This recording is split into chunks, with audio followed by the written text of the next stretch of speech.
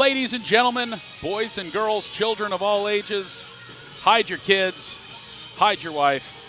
I'm just getting all the memes in while we get started. Guys, we're live in the Safford of the Arizona while the county fair is going on. It's guinea pig night, and I refuse to believe that that means anything else other than there are just copious amounts of guinea pigs at the fair right now. I don't know about what you guys think, but I won't do anything to burst your bubble then. I'll just let that's right. Let that you stay in your lane over there. No, I'm just kidding.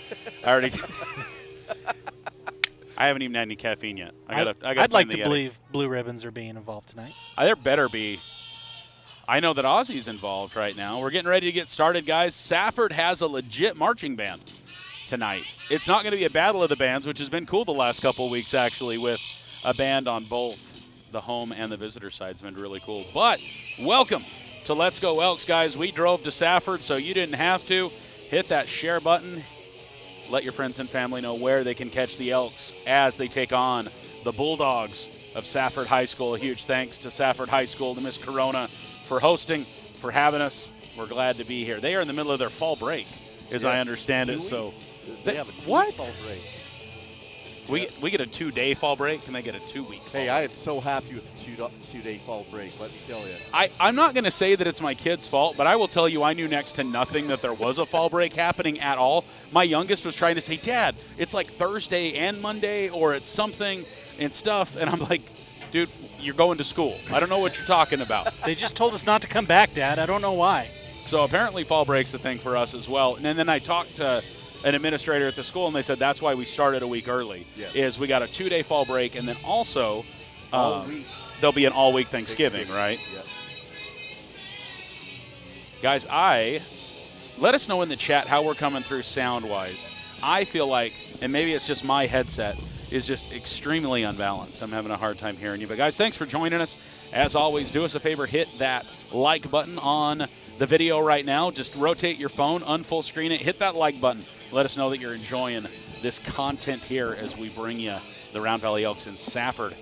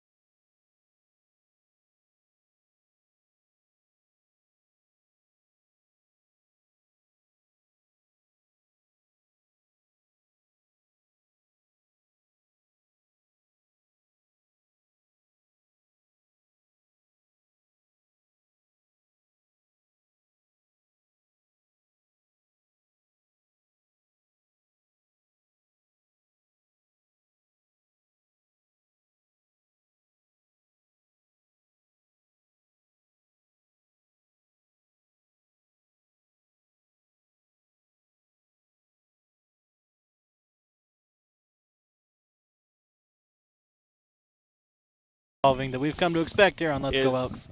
Is it plugged in? Is it turned on? Wow. Yeah, You're see, that's hot now. Yeah, we're gonna fix it. So, is it plugged in? Is it turned on? And are we on the right thing? So now, Steven, give me a little bit of a chit chat for me. So, Round Valley, I know they've made some defensive adjustments to set up for Thatcher's offense. We've got two guys healthy that weren't here last week in Kyle Clark and Gavin Pettit. That'll make a big difference on both offense and defense sides of the ball, what they bring to the table, and their weapons in the running game and defensively. So, Ethan, how about you? Watching warm-ups happen, who did you see? Are there any numbers or anything in particular that you see us needing to be ready for tonight? Yeah, it looks like they've got some meat on the look like D-line, O-line type players. Not gigantic, but brawny, strong. So we might have our hands full on the line, but when don't we? It feels like for Round Valley. That's true, and I feel like they were really big yesterday as well when we were in Round Valley. What's up, Steven? Just you guys both are coming in pretty hot on my On your my ears? end. Yeah. On your ears? All right, here, we're going to turn you down there because I think it might be locally. Sorry, guys. That's better. That's better for you? Yeah. All right. But yeah, you know, but they're not as big as some of the other teams we played, just from eyeball tests, you know. Gotcha. You know. And not as numerous. Yes. Yeah. That roster size that on the field looks a little closer to ours. Guys, we apologize. They did not print rosters out this evening, and so we will be playing a little bit from the hip here. Did you get that one roster that they did give us? Yes, I do have it here. So we're going to do our best to bring it to you guys. And again, we're going to work on getting the numbers dialed in for you. We're going to have the national anthem. Here we go.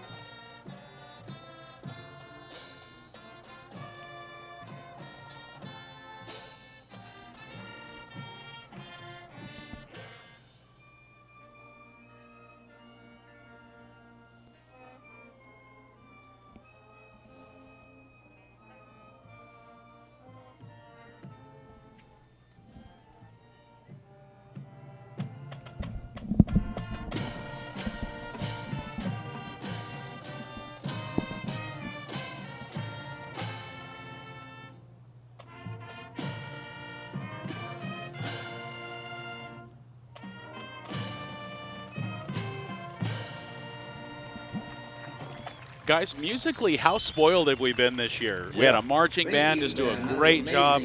We had a saxophone earlier this year. We've had a trumpet. We've had the national anthem all over the place in all different shapes, sizes, flavors. We'd like to welcome you to Safford We really High School appreciate the for white this hat. The varsity gentleman was football nice game enough to against get the hot on the mic for us Elks tonight. from Round Valley He's and got it. your We're hoping he's going to Safford dial Bulldogs. things in. He said he would do the pregame for us as well. So we'll be able just to let him do that action. The AIA sportsmanship pledge being read right now. This, I feel like, Stephen, is a quiz for us on how well do we know the Elks numbers, since we don't have our own roster printed out. So 65, is that 55, 65? 55 I mean, and it's- 65. I was about to say, it's Rubicaba. The answer is yes. So 69. 69 Gentlemen, introduce yourselves to each other. Yes. Wait, no, that is 55 and 65, I think. I think that's Derek Gillum and Noah Dana. Captains for Safford, number that- 2. Yes. Okay, very It is good, number captains. All right, let me go ahead and introduce the 5 officials for tonight's game. I'm the referee. Willie is the umpire. Brandon Over here we Aguilar. have Seth on the line, and over here we have Monster Oscar on the Rios. line, and the back judge will be 10, David. Chris All right, any questions on that? Do quarterbacks out here? And you too. So make sure that you're watching the back judge. Will be 25 yards right over the top of the center in case he does any of the 5-second count stuff. 55, All right. Derek Gilliam. Okay. Other than that, we're all set, ready to go. 65, Noah Round Dana. Valley, the star is the head, and that is the tail. Call it in the air, and Willie will repeat what you call. Here we go. And number 5, Gage And tails it Baker. is. So you won the toss. You want to defer to the second half? Okay. Round Valley won the toss. Deferred to the second half. Elks All won right. the toss Would you like and, to chosen receive? defer. Okay, sounds good. Which way would you like to kick? Okay, so white go on over there and blue come on over here. Okay, Safford will receive in the first half. Shake hands one more time. Come out playing. Guys, I don't know about you, but I just feel totally spoiled having the white hat mic'd up. Like, it's so cool to be able to be, like, right in the middle of everything. So excited for that tonight. So our captains were Gage Baker, So it looks like Safford Riker will Marble, receive the opening Derek kickoff. Gillum, and 65 Noah Officials Dana. And Noah Dana. tonight, For referee Safford Jim tonight, number 2, Gordon, Joseph umpire Rulas. Willie Number Taylor. 10, Christopher Head Chateau. linesman 22, Seth Fuller. Monster Line Rios. judge Corrected name, Oscar Monster. Yes, he Yeah. literally said he's been called Monster since he was a baby, so call him Monster. And number Not 54, Brandon Aguilar. Nobody puts Monster in the corner, I think, is what happens there. Guys, we're getting ready for the first quarter action here. Thanks for joining us here on Let's Go Elks for a little bit of a hectic pass the headset pregame.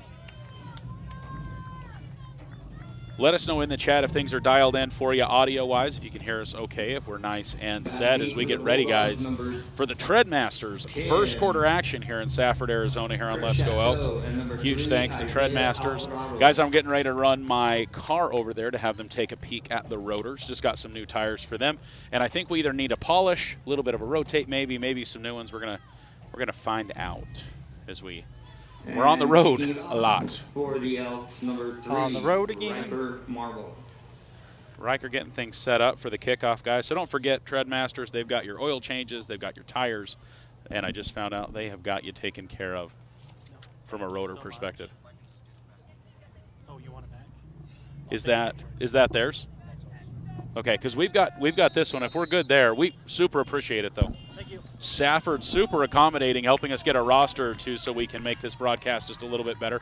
Gentleman with a laminated copy was bringing it up for us to hold on to, and then he wanted us to give it back, and it's not that I wouldn't want to give it back. I'm just afraid what will happen after the game. Yeah. Here we go. Ooh. Yeah, bounces off. Bounce to the Collected at 9-yard line. Yeah, 10.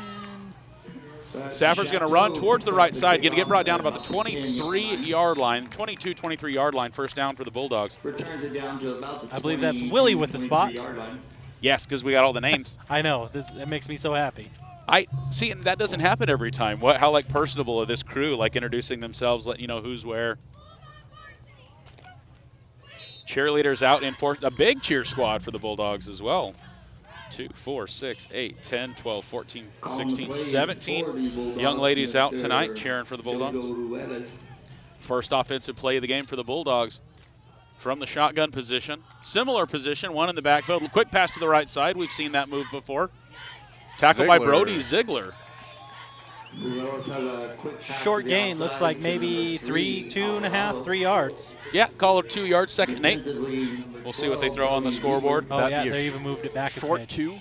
A short 2, so it's a long 8. 2nd and a long 8. Maybe a couple yard gain.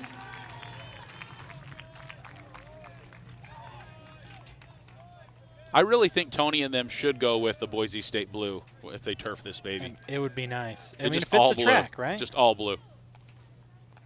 From the shotgun. He's going to hand off up the middle. He's bobbing, he's shaking, he's moving. Found a hole. It's good for a Bulldog first down. 22. That's Monster Rios on the carry. Big hit by Connor Luker. Simone Monster Rios with the carry for the Bulldogs. Going to be a first down. About an 11-yard gain there for Monster. Hey, Janelle, thanks for letting us know we got the audio figured out. And the white hat does sound super good. The audio is dialed in tonight. Now we just have to actually do the rest of it, which is most of it. 1st and 10 for the Bulldogs. Quick pass left side to number 10. 10 with the reception. Quickly tackled at 40-yard line by that's number 10. Johnny Madrid. I couldn't tell if that was a 0 or a 1. On the defense, also number 10, Jonathan Madrid. 5 yards. Bring up 2nd and 5. 2nd and 5.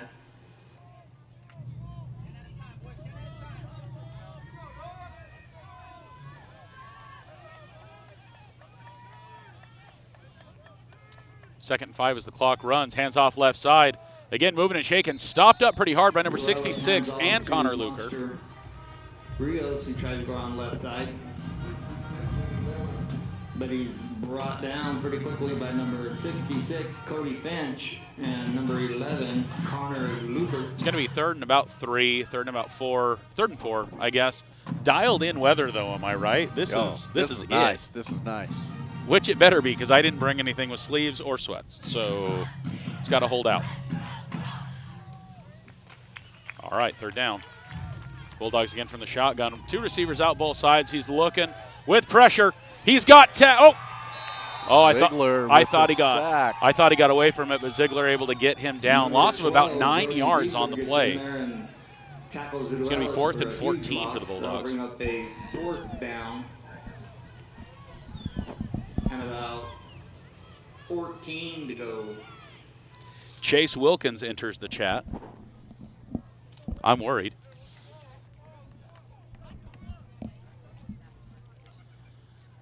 Yeah, it looks like Safford's going to be going to their punter, and Chase is going to be ours probably for tonight.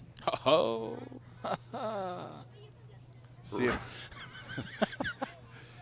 Riker can get a big return here. Marble deep at the 35-yard line, I believe that is. Oh, one too many. Number 4 wanted to be on the punt team. Long whistle. Delay of game. Dead ball, delay a game, offense. Delay 5 game yards, called 4th against down. The Bulldogs.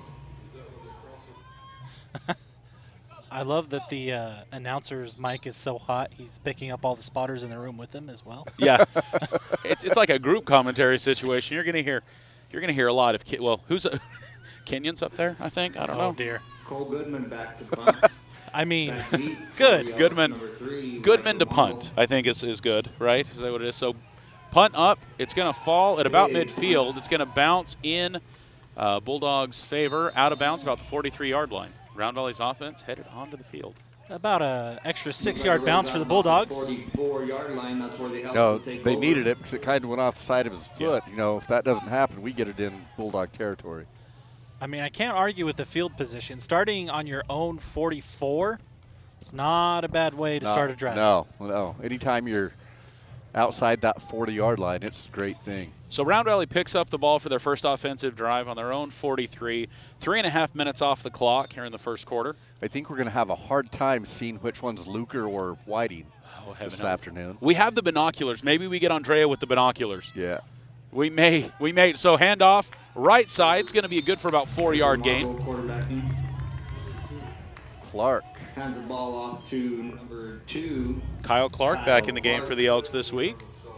On the start, That was Really, number really 7, soft in the coverage. You see how far back the Noah safeties Yeah. and that corner are playing. Yeah. Is that a respect for our speed or just their scheme? I'm thinking they're going to respect that a little bit, give us the underneath, until they adjust to see how we're big coming of a out. threat it is Yeah. to them, That little hitch pattern's open all night right now. Oh, that was a bigger carry than I thought. Another yard or two on there. So 2nd and 5, 2nd and 4-ish. Handoff to Clark, left side. Handoff once Clark's going to again get about to 2 yards on the number play. I 2, think it's going to be about 3rd and 2, 3rd and 3, 3rd and 2. Call it 2. I don't know about you guys, but it sure we missed him last week. Yes. Well, yeah, sorry, I was going to say that a second ago. As I was going to ask, is Round Valley's offense definitely in a different place last week without number 2 running the ball. It was a lot of Gage Baker last week, a lot of different. So it'll be nice to see the difference here this week with Kyle Clark back on the field. 3rd down.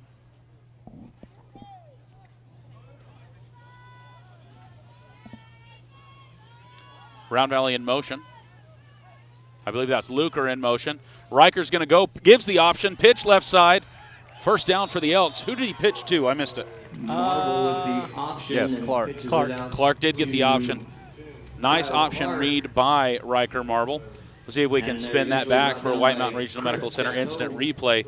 Luker in motion, diverting to the right side. Nice pitch right there last moment. About the 37-yard. Clark for a first down and then some. I like that he held it until that end had to commit, Yep. and then he sent it. The option done well. The quarterback's waiting for contact. The quarterback is almost getting hit as he pitches the ball last second there. So well done for Marble. 1st and 10. Now on the Bulldogs' 37-yard line. Luker in motion left side. Riker with one in the backfield. Riker back to pass. Scrambles right side. He's going to hold on to it. Jumps over one. Makes a spin move. I think it's going to be a gain of about 1, maybe 2 on the play. And he's brought down by a They're host marking of it Bulldogs. right at the line of scrimmage. looks Oh, like. yep. They're going to give him a yard, so it's not going to be a sack. 2nd and 9. Mainly Chateau and Aguilar. Little Tetris action going on from the band right now. that showed some good defensive speed, lateral Yep. speed. They covered the sideline pretty well there.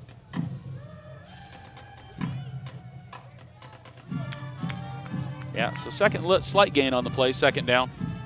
Marble sends Luker in motion to the left side now. One receiver out to the right side. Marble with the Marble's going to hold on to it though. He's going to dig in for another couple of yards though. Marble again keeps it. 3rd and about 5, I think is where we're going to be. Ethan, do you agree? I believe so. He's eventually brought down by 52, Xavier Owens. Almost looking closer to 3rd and about number 6. 15, Yep, I would Jason agree with you. Jamison. Or a long 5. Looking at about a 3rd and 6. Official, or not the official, the announcer saying 6 as well. 3rd and 6, the Elks on the 33-yard line. Just over 5 minutes left here in the first quarter. Whistle blown. Are we going to get a timeout? Timeout. Timeout. Looks like Elks going Offense. to call a timeout and discuss things. Rambo's going to call a timeout with just over 5 minutes left in your Treadmasters first quarter. You know, this situation where if it is it 2-down territory, or are they gonna, if we fall short, are we gonna kick it, or are we gonna go for it on 2? You know, I think that determines the play call here. 50-yard field goal attempt if we kicked it right now. Yeah. We're in the middle of the field, right? And so it'd be nice position, no wind at all. And so I think it's within Marble's range for sure, especially with no wind going on. Prediction, what are we going to do? Something quick pass right side? If they line up deep off Luker, I can see him hitting him in the slot, or that little option to this way that we ran the other way on the previous 3rd down. I could see him hitting that quick pass right here. Quick pass right side for 5. Never mind, Luker's going to the left side. I thought Yep. they were going to feed it to him.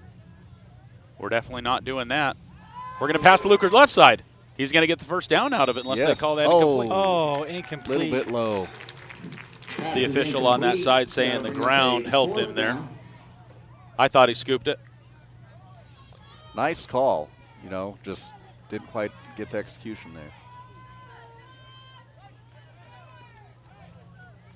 Yeah, tough to call from the Zoom we had. Somebody maybe zoom in a little bit. Let us know what you think. Nice attempt by Luker, though. Brings up 4th and 6. Let's see what the Elks bring. I don't see us going for a field goal. I see us driving for a first down. And we're lining up for it.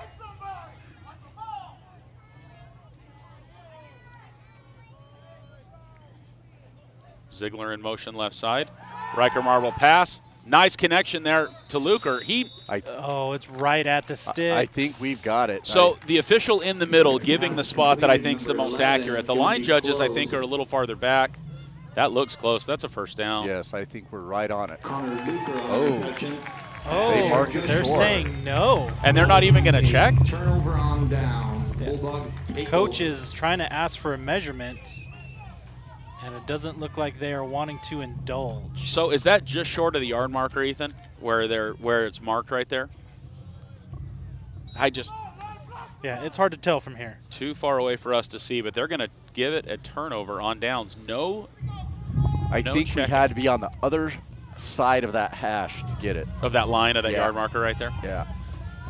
Round Valley turns the ball over then. 1st and 10 for the Bulldogs. 2 in the backfield with the quarterback from the shotgun position. 2 to the left side. He's going to hand off to the man to the left. Round Valley's going to give him just about 2-3 yards. Second down. Didn't really have anywhere to go. Baker and Pettit.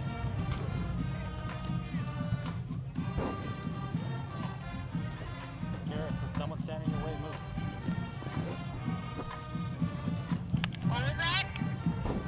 If someone's standing in your way, move. All right, 2nd and 7. We're making some adjustments here. Defense getting lined up. 4.5 minutes left in the first quarter. Scoreless ball game here in Safford.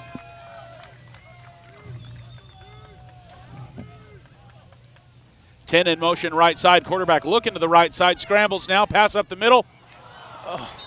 Intended for, I believe that was, number 10. Well, it's a pass intended for Chateau. Great job by Looked like number Cochran 8 there. Got his hands on it. Let's go back and take a peek at it. We got some time we can watch. Pressure right there. Quarterback getting rushed. Pass up the middle. That will bring up a 3rd and about 7 to go from. If we can get pressure on their quarterback with three-man rush, we'll be light years ahead tonight. That'll be a great advantage for us. 3rd and 7 for the Bulldogs. 30-yard line.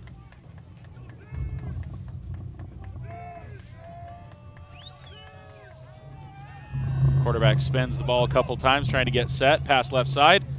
15. Comes down with it. It's going to be first down Bulldogs. 19, I apologize, not 15. By number 19 Yeah, I'm not sure how we came down with that. Carlos Arbizo. See if we can take another quick peek right now. Quarterback's going to roll left side. Going to take a shot at it. Good work with his hands. I mean, Madrid couldn't have covered him any better. He was right there. I mean, he made it hard, so Yeah. that's what you got to do.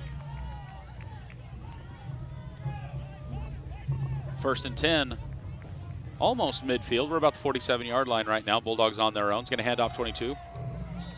Going to get stopped up after a gain of about a yard. Gage? That was Baker on the stop. Gains maybe a yard or two. Right? Isn't Gage number 5? Yes, correct. 5, Gage Baker, and number 12, Brody Ziegler. Only halfway through the season.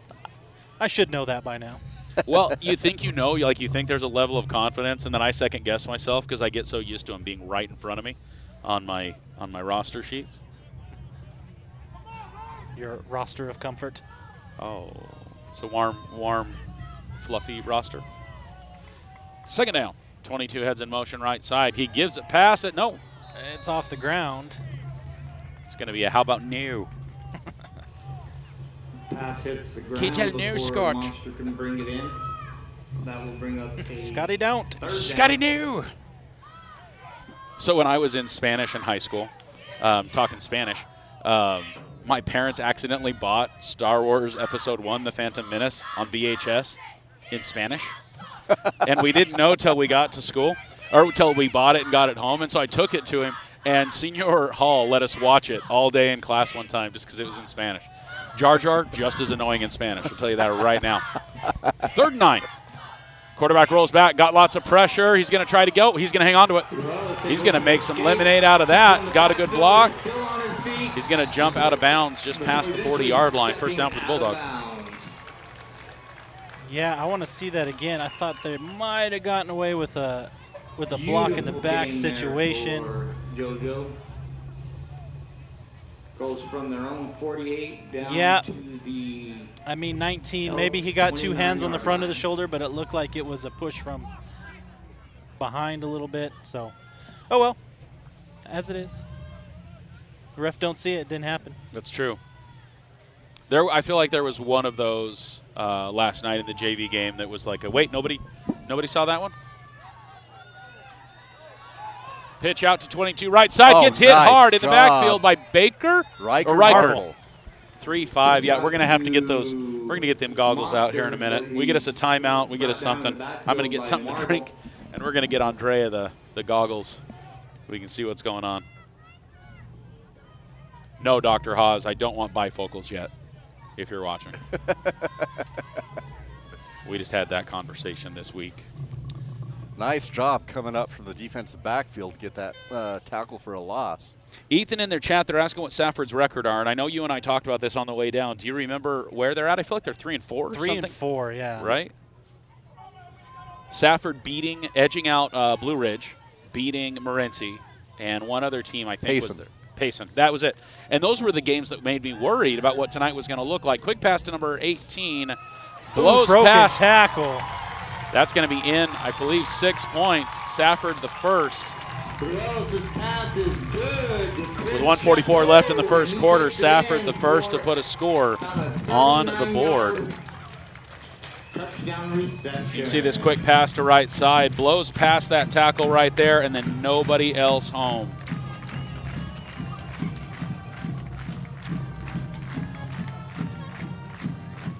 Special teams on the field for the PAT.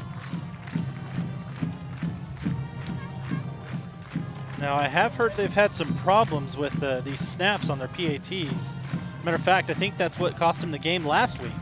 No, the game against before. Blue Ridge 2 weeks ago. Rodriguez to hold. Kick is up. Number 5, Chavez the third.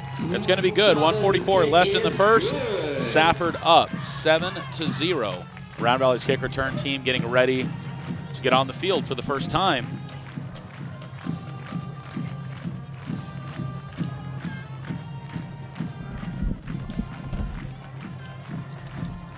Yes, Safford confirmed 3-4 on the season. Wins over Payson, RU Co-op, and Morenci. They lost to Blue Ridge, Sabino, Florence, and Pima.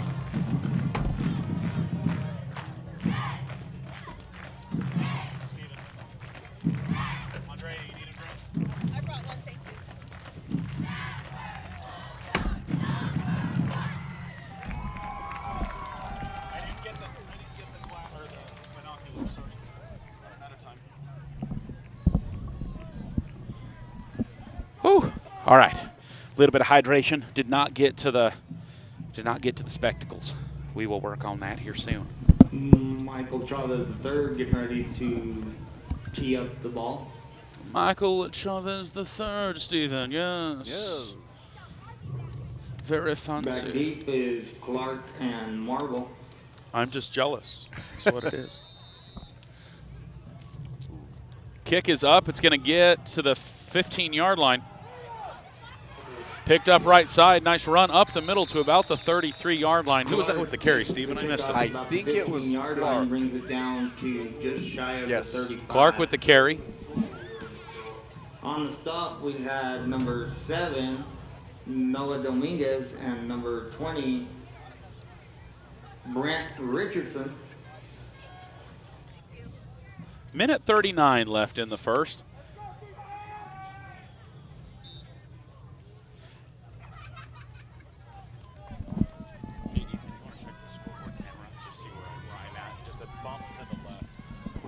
Or I can't see the home score is what we've got going on.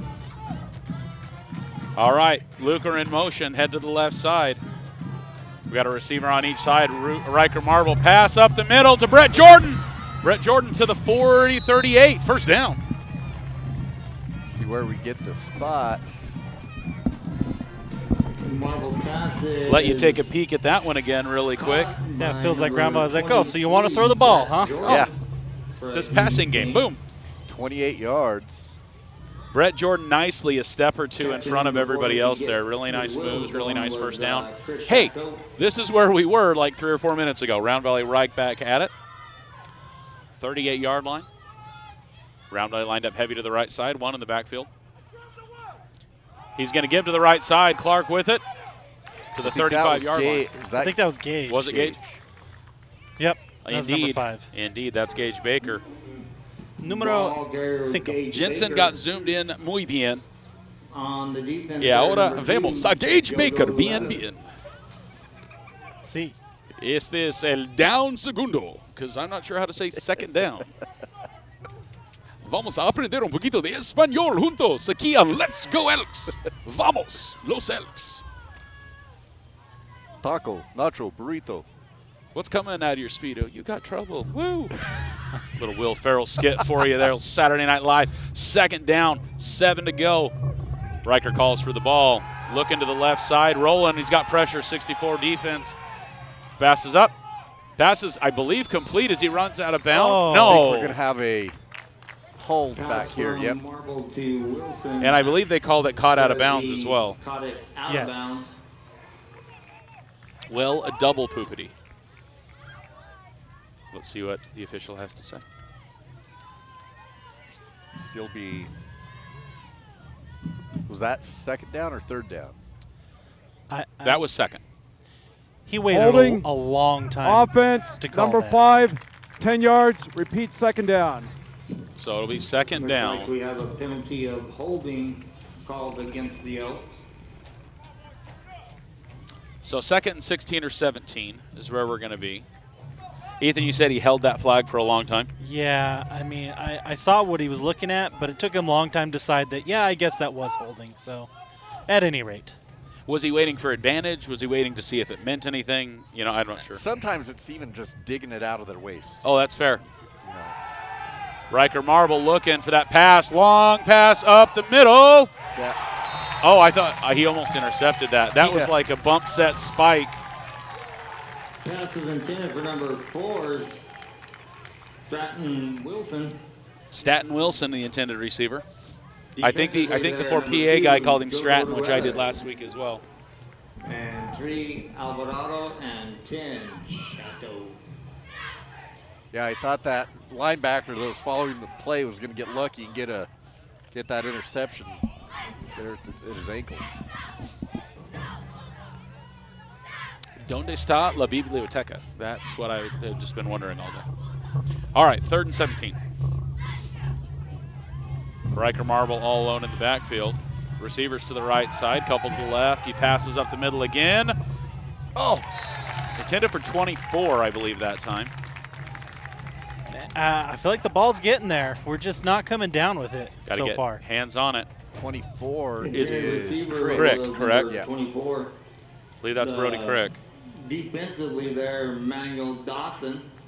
Great. So 3 seconds left on the clock. Round Valley in a 4th and long situation again.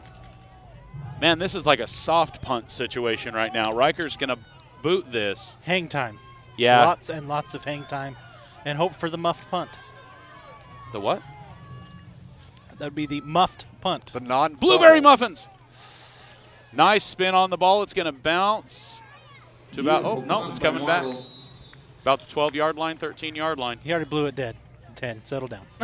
Pew, pew. But The ref blew the whistle, and then he ran up and scooped the ball like he was going to run it back, and it's like, no, it doesn't work that way. But that's a smart move, because if they don't fully cover it, if you just touch it, it is still live if they don't blow the whistle, so. Yep.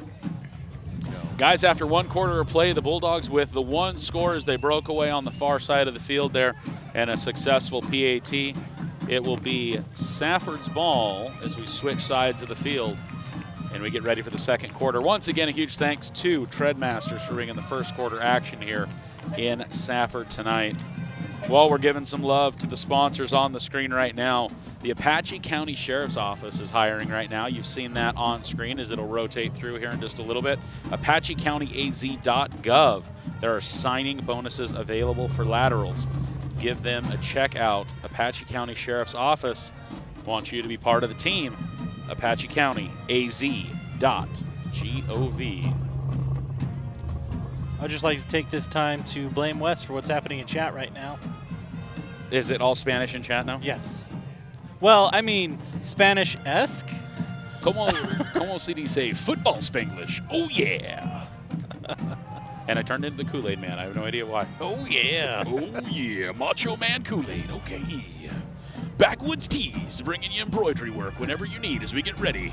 As we come on back. No, for reals, though. Backwoods Tees. I still got my Backwoods Tees hoodie from a few years ago. But it's time now for 2nd quarter action. Arizona's Choice Insurance bringing us the action. Let's go. Safford going to hand off to the right side. He's still moving. He's still shaking. Flag on the play from the back judge. Gain of about 5. A lot of times that's a hold when it's coming from that back judge. He's brought down by a herd of Elks. Oh, a herd of Elks. Well done, PA Master. Yes. Here we're going to watch the replay, see if we can catch it. Like they've never heard that before. We have heard that before. Have you heard? There's a flag on Hey, the play. join the herd if you have not yet. Hit that subscribe button so you can join the Spanish chat going on right now. Also get notified when we go live. Ring that bell so you know when we go live and what's going on. Oh, it's on us. Defensive holding, also known as tackling. Could be a face mask. Let's find out. Personal foul, defense, number 23, hands to the face. Jordan put his hands in the air like he just don't care. Looks like the 1st and official 10. Ball's going to move to the 35-yard line.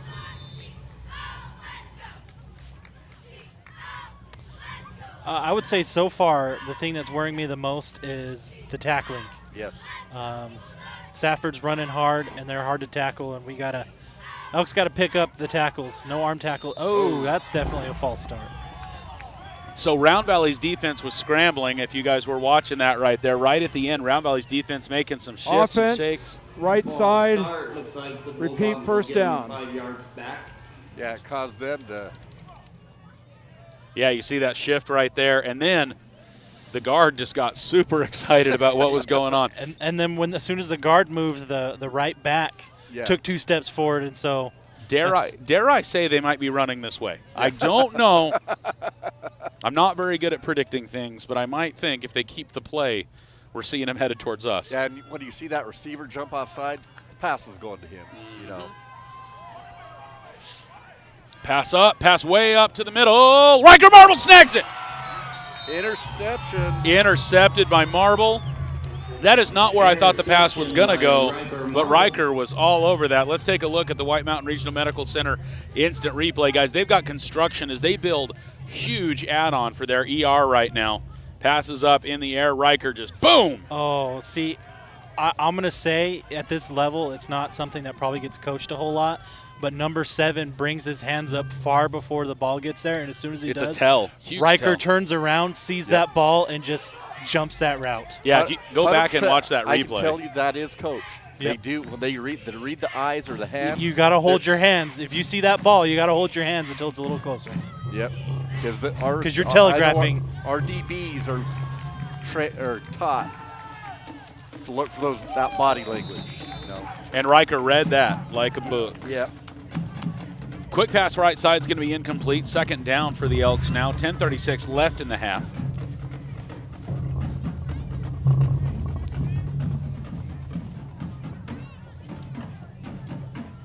Yeah, ¿cómo se dice Elks en español?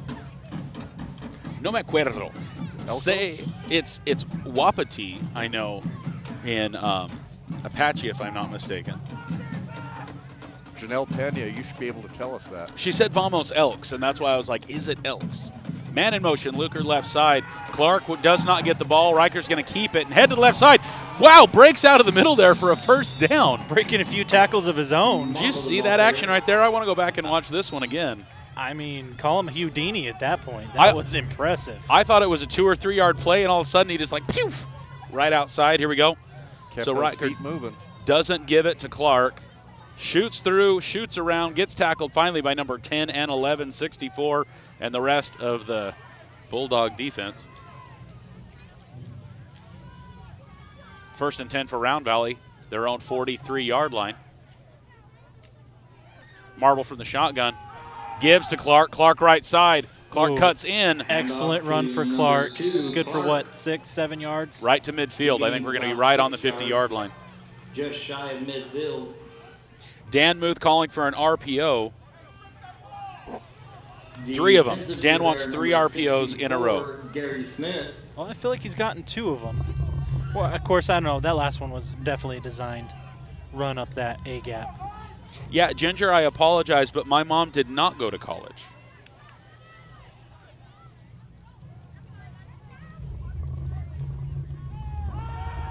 Clark, another strong run off the right side. Handoff once again. We're going to move the chains. For first down before being So brought Ziegler down taking his Alvaro. blocking duty seriously as a receiver there.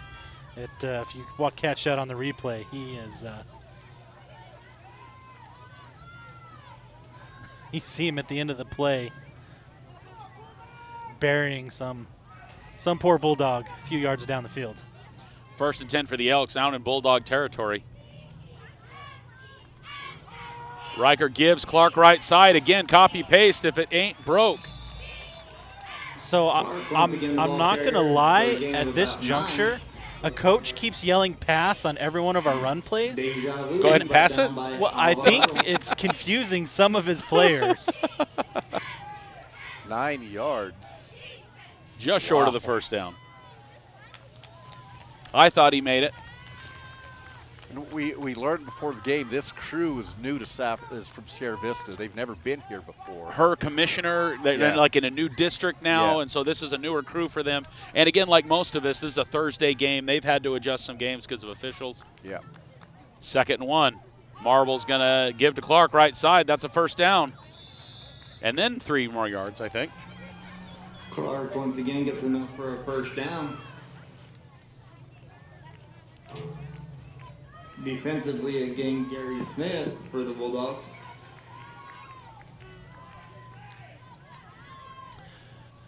Gary Smith just sounds like he owns 40 acres and Good old Gary. a truck. Good Gary, yeah. Everybody knows Gary. Just a nice patch of land. Spread, if you will.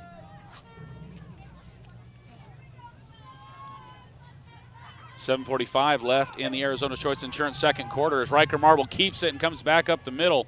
That's good for about 5 yards. Marble keeps it, gains about 5 yards. Arizona's Choice Insurance, local broker for our area.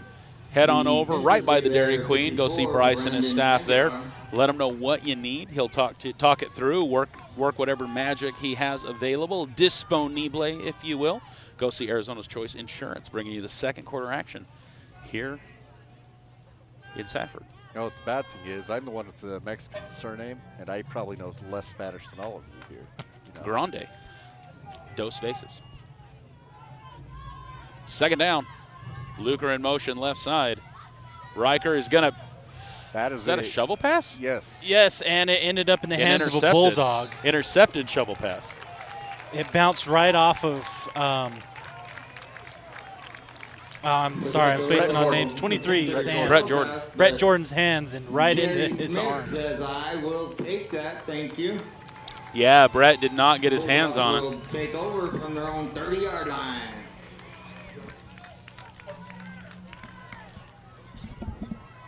No, it bounced off. It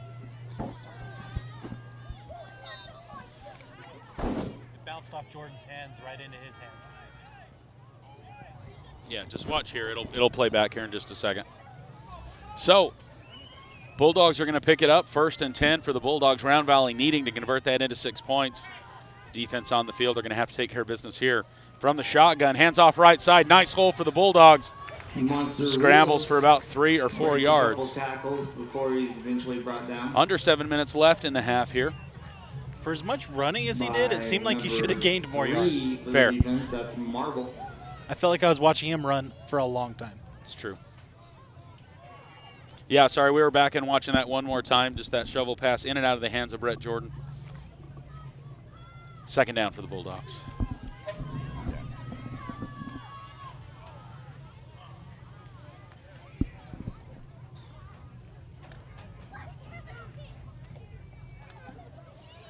And 11. Monster with the ball once again. Slight loss on the play. I believe it's going to be 3rd and 1 more than what they had before. Robbie Sherwood, a comment like that makes me want to know everything about Gary. Don't get me started about Gary. I mean, at least it was in English.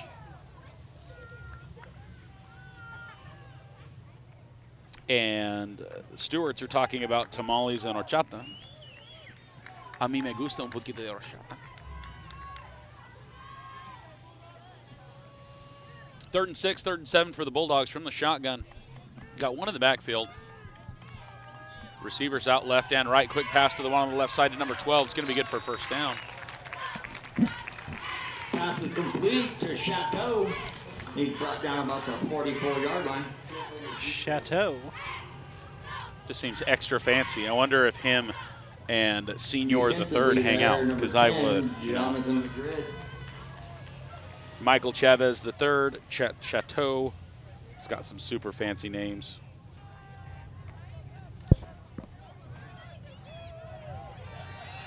We've got to shut down those 3rd and long situations, take advantage of them. Headed on the tackle. Just under 5 minutes left in the half here. The Elks definitely must have watched some film, keying in on Rios there. The PA announcer letting us know that the Elks must have watched some Huddle this week. I mean, I think the deadpan delivery of that line was what sold it for me. Watched some film this week. 2nd and 10. Quarterback rolls, spins the other way, gets away from the pressure. He's going to hold on to it. Grab onto that jersey. Gain of about 5 on the play, 3rd down. A little something out of nothing there. Bring up about 3rd and 5. With his movement, you got to take an outside angle when you're rushing him. If you take that too shallow of an angle, he allows him to spin out. 3rd and about 4. Now here we are again in a 3rd down situation. We need to see the Elks shut it down.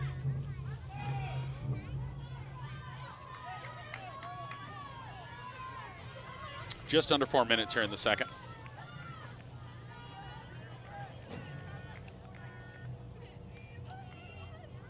Quarterback looking for the pass, rolling to the right side, got pressure, quick dump pass. 13 gets it, 1st down, breaks a tackle, breaks another tackle to about the 33-yard line. Cole Goodman for quite a game there. Here we see a little bit more, Ethan, of what you were talking about, just a little bit of worry on the tackling situation. We got to see solid wrap-ups the first time. Yeah, Brett Jordan making the quarterback pay for it at least. Yeah, we got to tackle. We can't shoestring. It's going to be first down for the Bulldogs. 33-yard line. 3:18 left in the half.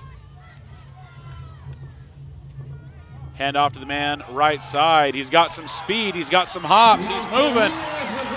He's headed to the corner. Gets pushed out of bounds. It's a first and goal situation with 3:05 left in the half. Brett saved that touchdown. Pushed out at the end there by number 23, Brett Jordan for the Elks saving a touchdown. Oh. So that was like a 30-yard, yeah, we'll call it 30-yard run for Monster. So this is where historically we see the Elks defense shine.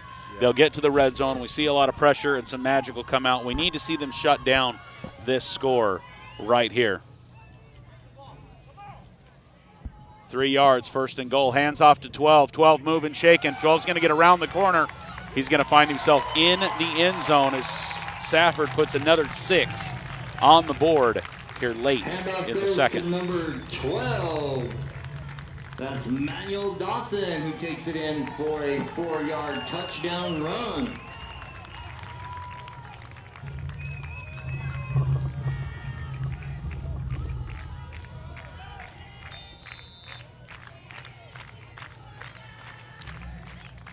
So the Elks with plenty of time to get the ball back and to answer. 3 minutes, a lot of time on the clock. Yeah, and they were moving the ball well before the shovel pass, interception, fumble situation. Chavez the third to kick. Believe that's going to be through the uprights. Yes, it is with 2:59 left in the half. The Bulldogs up 14-0 as Round Valley Special Teams coming back onto the field. We need to see Elks offense in a big way put 6 on the board before halftime. And a big shout out to the Spirit Line for taking over for the band while they were over in the corner. So, Stephen, not quite no huddle offense. We got time. We got 3 minutes. We got a timeout. Timeouts are not on the board. I think we have 2 timeouts. So we called the one, score, right? So we've got time. Just under 3 minutes left to play in the first half. Yeah, a score here would be huge, getting the ball back to come out for the second half. 100%. Put us in a good position to. Bulldogs 14. This has a similar feel to that Thatcher game. First half, where we moved the ball okay, made a few mistakes. Now, what was the score of the JV game going into halftime? Last night, 7-0. It was 7-0, so low-scoring game going into half. And we saw huge adjustments by the Elks as they pivoted in the second half. Squib kick to the 35-yard line, picked up to the 40. That's how you want to see start things off as we get to the 40, 41-yard line. I mean, I'll take that field position. 100%. Something tells me they don't want us returning from deep. You know, they don't want us setting up a return. Sorry. 2 of the 3. You saying they watched film, Steven? Is that? I think they may have watched film. Yeah. I think they might have. They may have viewed the television device with the moving pictures, Ethan. Ginger, that it wasn't really a block in the back. If anything, it was closer to a hold, but I think he was just engaged in contact and then on the game clock. Stretched out to 5 try and make that seconds, block 250. and got his shoulders turned. So it kind of looked like a block in the back, but from what I saw, that was a no call. 2:50 on the clock. 250. 2:50. 2:50 on the clock. 2 minutes, 50 seconds. 2:50. Yeah. There we go. Sorry, the white hat can talk to us, so we were trying to help the PA out a little bit. 2:50 on the clock. Second quarter, Arizona's Choice Insurance bringing you the action as we see the Elks on the 41-yard line. We need to see him in the end zone. Let's go. Round Valley, no people in the backfield. Intended for Ziegler, correct? Yes. Yes. Incomplete. 6 seconds off the clock, second down.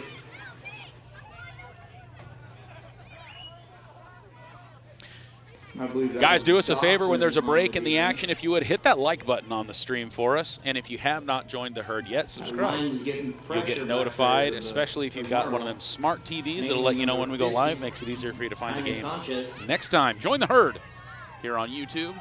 And then follow and like us on Instagram and the Facebooks.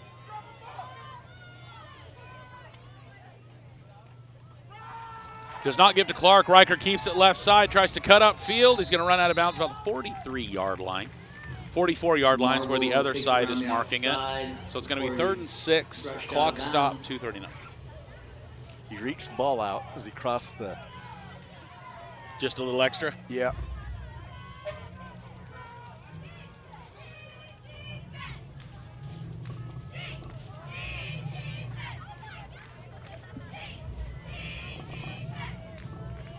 Did you just put an emoji holding a pineapple? What is going on? I'm pretty sure it's a thumbs up. I hope that's the finger. I was hoping it wasn't the other finger, but, you know, I do what I can. Ethan getting spicy in the chat. Oh. Pass to Ziegler, in and out of the hands, unable to hang on to it. Yeah. That would have been an Elks first down. He had it and then got smashed from the backside and dropped it. Was number 5 for the Bulldogs. Only 17 seconds off the clock. The Elks in a 4th down situation.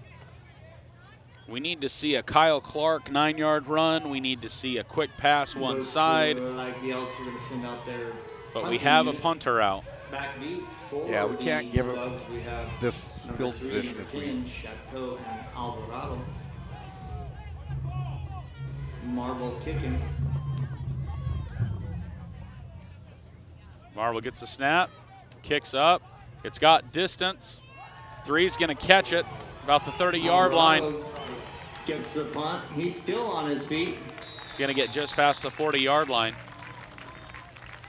So about a 10 to 15-yard difference from where the ball was snapped. Defensively there. Nice shot of the field there, just so you guys can see what we're running on today. Let's run next. No. No, big thanks to Gareth. He's down on the field for us tonight. We got Jensen Bigelow made the trip. He's running our main camera. 2:20 left. Marching bands making their way around. I think they're going to perform here at halftime. Sholo is up against Fountain Hills 14-0 late in the second. Quick pass right side, number 2. Intercepted. Round Valley gets the ball back. Nice. Right about where we gave it. That's Whiting. Trace Whiting. Pass is intercepted I'll by take number it. 18, Trace Here, let's let you guys Whiting. see it again. Once again, huge renovations going on right now in the ER situation at White Mountain Regional Medical Center so they can better serve you here in our community as Trace snags the ball. Excellent work keeping those feet in bounds. 2 feet, bam. See if we can do something with this. Turn it into points. You know what? I'm going to hit that. Yes. Yes. Can I do a lot of them? Yes. Hearts for Trace Whiting right there. I guess I should have done the celebration when that might have been a better emoji. More lines off to Clark. Off to the races. Clark with it for about 9 yards. We're going to be on the other side now. I mean, if this is going to be reverse broadcast curse, can you just predict like a Connor Luker down the seam for, 42 yards or something? You just did. Yeah, but you have to do it, because if have I to. do it, it's going to be a sack and a loss for 12. Well, so wait. So you make both predictions just to see what happens? Here we go. Make it 45 yards. That would be a touchdown. Ha. All right, Luker in motion. 2 yards left. Riker's going to hang on to it. Pitch. There's the option. First down, just past the 40-yard line. Clock will start running with 91 seconds left. As soon as the ball's set and we're ready for the first down, they got to move the chains. As soon as they spot that ball. As soon as the chains, here we go. Yep, Clock's there we running. go. 90 seconds left. We don't typically see Round Valley in a hurry-up offense, do we? That's not something that we normally see out of the Elks. I think right here they're being semi-aggressive offensively. They didn't want a quick like we did last time, 3 and out. No time got off the clock. Use our timeouts here as we get closer. Just over a minute. Riker Marble, quick pass to the right side. Pass is complete. We're still in the air. Connor Nice Luker, move. first down. Connor Luker finds a seam out the right side. A crease, if you will. I mean, out of it's not bounds. 44 yards, but I'll take it.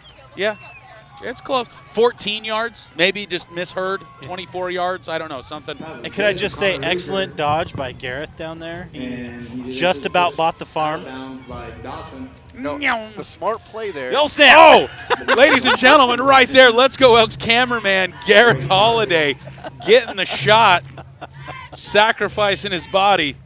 But right there, Luker made a smart move. He showed his football IQ, running Got to out the of sideline. bounds, stopping the clock. Just over a minute. Didn't have to use a timeout. We Yes. believe we have 2 of them. Motion as we fill in the left side of the field with Luker. Quarterback hands off left side. A jump and a weave. Was that Oh, Gage? No. and No. the fumble. No. Oh, No. is this Payson all over again? Round Valley gets to the red zone and fumbles the ball with 48 and a half seconds. Fumble. Baker. So the Bulldogs will take over with 48.5 seconds left to go in the first half from their own 11-yard line.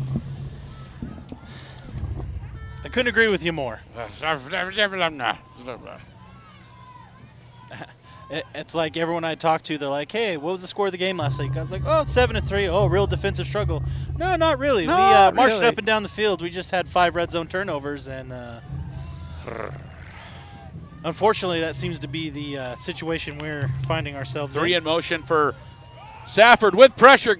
Oh, there was nobody around. Where's the flag? Outside the tackle box. Outside the tackle box, beyond the line of scrimmage. That is a legal play, unfortunately. Ellis is almost caught in the back. Nobody there. Nobody around. Number 0 went to elementary school in Round Valley. Just went in for Safford. What kind of clappy situation we got going on? I thought it was one of those noisemakers. No, it's one of the little plastic slappers. It is. It is. What are you doing? I mean, at least it's age appropriate. Usually we get some like 40, 50-year-old dad that finds the microphone. And we got a flag down. Dawson, the ball carrier, but there is a flag in the backfield. Okay, that was hilarious. Number 12 walked over the flag, looked at the ground, and then made sure his pink towel was still tucked into his waistband. Priorities. He's like, hey, wait a second, is that mine? Picks it up, takes it. Boo. Holding. There we go. Offense, number 50. Repeat, second down. That would be the right guard for Safford. I believe. To the goal.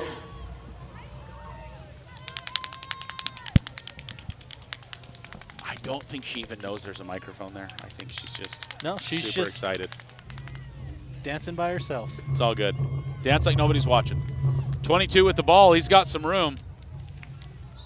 Gain of about 3 on the play. Third and about 9 as the clock will stop at 28-2, so we got a timeout.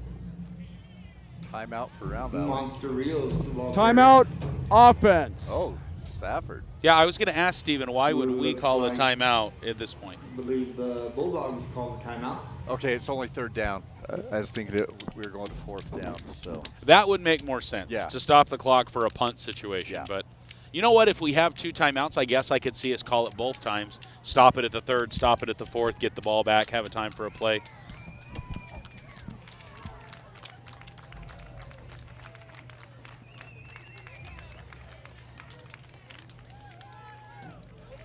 I would be prepared for a trick play here. You know, Something fancy just to throw you off your game. Something that will get them 80 yards in a hurry.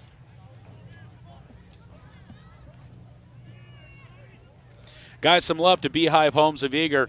Mr. Hamlin down there. I believe it's his birthday, if I'm not mistaken. But, guys, if you've got a family member, if you've got somebody that is in need of some assistive care, the Beehive Homes will take care of you. Friendly staff, home-cooked meals, lots of really, really, really good stuff going on there. Go see the friendly staff at Beehive Homes in Eager, just across the street from the elementary school, actually, there in Eager, Arizona. They took care of my Aunt Gwen a couple years ago, and super appreciative of them and their staff for all the care they gave her. I'm thinking Coach Hamlin is probably about 80 years old. Well, I was going to say like 395 based on the number of birthdays that guy has. I mean, I heard his birthday was on Friday this week, but it actually moved it to Thursday. For the game. Yeah. All right, no fancy, no crazy, but he is going to move. I believe. He picks up the first. Grumble, grumble. Got enough for a first down. We really needed to see a stop there. Clock will run. Bulldogs in a no huddle. They want another play. They're going to hand off to 22 right side. Tackled or tripped up by 11. Oh, there's a flag. Breaks the tackle, stays on his feet. He's still going. So there's a flag back at the 20-yard line. And another one. 2 flags Eventually on the pushed play. out of bounds by Marble. Let's see if we can catch all of these flags right here. Looks Give like you the there replay back. is some laundry on the field, however. 22 with some Oh, speed. that's a massive block in the back. Poor Madrid took a massive shot. Oh, my goodness. So that's definitely at least 15 yards back if you watch on that replay here as we stretch out towards the end of this run here. I believe that was Right Madrid there. right there, and boom, right in the back. Yeah, he got hit. Yeah, I think both flags are going to be on Safford. 0.9 seconds left. 14-0 ball game here in The chain Safford. crew's not paying attention. Don't realize that the play's going Block back. in the back. Offense. Looks like a block 0. against the Bulldogs. First down. Oh, It is a yeah, first because down, with however. the it's a spot foul, so or from the spot of the foul. So I wonder if what was this other call then in the backfield? He picked his Yeah, flag it was up. actually a shoe. Oh, It was a pink shoe. Sorry, I was going to tell you that, and Okay. then we got to talking about the block in the back situation. That explains some things. It was then. a pink cleat that was picked up got- by a Safford Bulldog. It got me. It got me. Halftime. Clock starts on the ready for play signal. That's halftime. Well, that's it. That's it. That's the half. I like the clarification. Thank Yep. you for that, Mr. Whitehat. I mean, I believe when that you is talk halftime. basketball, the timer, getting up to a halftime or getting up to an end of game, they say that nothing can happen with less than 0.3 seconds on the clock. It takes that long to get the ball in play and do anything, to react at all. And so your center would have to be sitting there listening for the whistle and snap the crap out of that ball for it to be good with 0.9 seconds on the clock. yeah, under 3.3 in basketball, they can lob to the basket, and you tip it, and that's about it. That's all you can do. The Suns won against the Clippers a couple years ago on that type of play. Hey, so Randy Stewart following up on that Apache County Sheriff Office is hiring. He dropped some information in the chat. He's got some information on there. 5,000 sign-on bonus, $25 an hour. ApacheCountyAZ.gov is the situation there, guys, as we go from the second quarter into your Lesueur Advanced Automotive halftime coverage as the boys head in for a little bit of a chat. Some adjustments happening, Steven. I think some conversations, some adjustments, a realignment of the vehicle, if you will. If we were to take the Elks vehicle to Aaron for halftime, there'd be some realignment happening, I think. Very much so. But the biggest adjustment is take care of the ball. Take care of the ball. That's the biggest adjustment we've got to make. And tackle. Yes, And not tackling. tackle shoelaces, I think, are the two biggest things that I think we could see the Elks Yes. make a pivot on. Stay on your feet, drive through players. We have a lot of diving going on, diving at feet. It feels like Safford has dominated this half. But if you Let's look at the stats. If you pull up the stats, you're going to see a different story. Oh, hang on. Give me just a second now. I've added the opponent stats for tonight, so we can see those. Hey, that's a little bit better. Talk to us about stats, Steven. Safford has dominated on the scoreboard. They're up 14-0, and it's kind of felt like they've dominated the whole game. But turnovers, we're at 2-2, 47-38 for us. 85 yards, 85 yards total offense. They've got 113, so not a huge difference. We just have to hold on to the ball. Yeah, the difference in the turnovers is where ours have occurred. And I feel like the big difference in Safford's offense is the broken tackles. Yes. Yeah. Yes. Their first touchdown, we had a chance to stop him on a 4-yard gain. He spins out, goes 29 yards for a touchdown. I mean, I'm not sure what Coach Baca said at halftime in the Thatcher game, but hey, run it back for this one. 'cause Can we I have feel some like, of that? Can we have some of Yes. that? Yeah. Just double up on that one, please. Well, and I would agree with what was said in the JV game last night. If we could sneak into that locker room in here, because it was a 7-0 ball game. Elks were up 7-0, but 7-0 ball game. And then the Elks just came out and turned it up. Whole different gear going on. And the Elks will get the ball. We deferred to the second half, so we are going to start things off with the ball. Which we did in Thatcher. We came out, marched down, scored, and controlled the rest of the half. Pena, Dan Muth's calling you out. He's like 116 sacks, huh? No. You know what, Is that Dan? what I said? No, that's what the it's- stats that's what say. the stat Oh. sheet The stats Okay. show 116 I sacks. know where that's coming from. I'll fix that, Mr. Muth. Thank you very much. You know what, Daniel, would you please get up with the program? It's 116 sacks of cotton that's right over there, okay? Somebody's harvesting their field right now. So if you would just get with the program. It is the county fair, after all. There's 116 sacks of guinea pigs right now at the fair. I believe it's 38 sacks to a bale. Pick a bale cotton. Yeah. So that would be, what, 64 to a peck?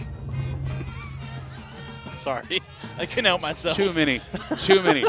And there was a silly reference that I was trying to make at the beginning of the second quarter, and I still can't get it to roll off the end of my tongue. And I can't even remember what show it was, but he was trying to force a phrase. Oh, so really cool. Number 75, I think that is, for the Bulldogs. Member of the marching band. Yeah. He's running in with, is that a sax? That big old saxophone? Trombone. 7-0. Was that a trombone? I thought it might have been trombone. If you look at the stats page again, Hey, so we have props fixed it. Props It to is now Timothy 3. Black, senior, member of the marching band, and now headed in to have a chat with his coach. Oh, so and can I Steven, just say, first team all hair? My first goodness, did you see those team locks? all hair. Let's go back to the stats so we can see 116 sacks minus 113. And some of those are tackles for loss. We don't have a separate category, so sacks and tackles for loss show up as sacks.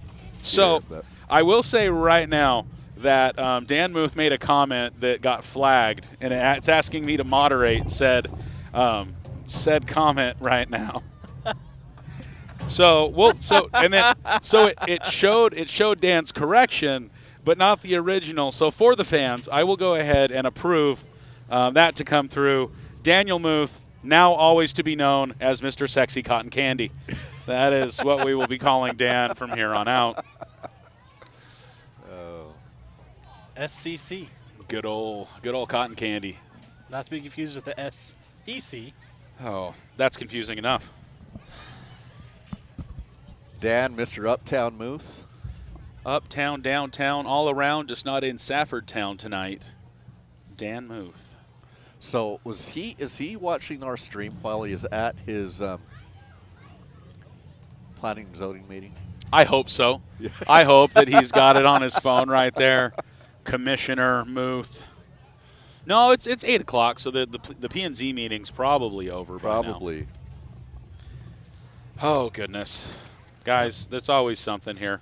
Yeah, I wonder if he's been out surveying huge tracts of land. Huge tracts of land. Stop. I refuse.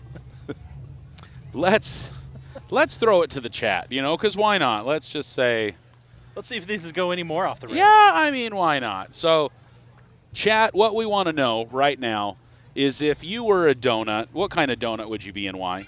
That's what I need to know right now. Drop us a message in chat. If you were a donut, what kind of donut would you be and why? These are the conversations that need to be had during the Lesueur Advanced Automotive halftime coverage on Let's Go Elks. The marching band making a lane. Are we expecting the Bulldogs back out here in just a second, or are they there for the duration? Cheerleaders, perhaps? I'm Maybe not the sure. cheerleaders are going to dance? I don't know. Follow-up question. If the moon was made of spare ribs, would you eat it then? Definitely. I'd have seconds. Yes. Chipotle barbecue sauce. Okay, so Dan would be Big Jelly, which is another nickname for Dan now. We just got him coming Big all over Jelly. the place. Janelle Pena would be a Long John Maple Bacon donut. Dan says his donut is self-explanatory. Why are there so much bacon on donuts? Am I out of the loop on No, this? but this is a strawberry jalapeno with bacon crumble. Ooh. That's a lot of things. I would be a. Oh man, we I just would be missed a- it. The band was doing a floss off. Yes, I would be a bacon-covered white with Donuts white don't lemon, have bacon. lemon-filled. Lemon. lemon filled Wait. with Lemon and bacon. Yes, Steven, lemon-filled white powdered sugar I with don't. bacon on top. I don't. There's no words. A French crowler would be the best. That's Diana Elmer. I believe that's a cruller. Crowler. I mean, that's not how she spelled it, but I know. So I said crowler. I said it right. I'm like, I have no idea what that is, but you do you, Miss Elmer. Loretta, an old-fashioned. If I'm not mistaken, an old-fashioned's a drink, not a donut. Or would you dip an old-fashioned in an old-fashioned? So an old-fashioned like buttermilk. I'm wondering, like those old-fashioned Oh, buttermilk. like the cake donuts? Yeah. Oh, the old batter, right? Yes. The old Yeah. style of making. Okay. I personally like the angle you're going with. Like, I'm pretty sure it's a mixed drink. But you so if you dip an old-fashioned in an old-fashioned, what would that be? Vintage. Hangover.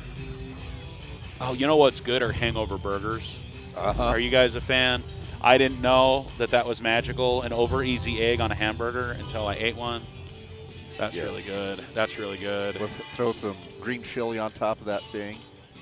You know, good burger from Trail Riders. I could get behind that. You like putting green chili on anything. My dad likes to put green chili on his fries when we go to the Raider of Trail Riders.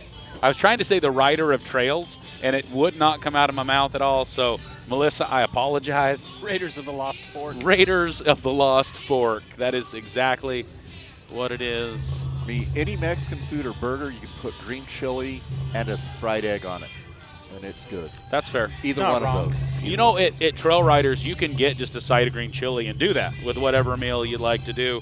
Steven, though, a big fan of Kentucky Fried Country chicken yeah. fried steak. Holy crap, we have to stop talking. I just need Personally, I'm enjoying it. Let's keep this going. This is so blueberry cake. Brody Bell says blueberry cake. That sounds magical as well. Blueberry muffins as well, also a good football meal. Are we ever going to stop on that? I make a faux pas against St. John's. No, We it keep was throwing all the good. muffins out there, That was a you know. very deep conversation about punt formations and punt things and breakfast foods as well at the same time. I mean, Steven, you're acting like it's your fault it's called a muff. That's just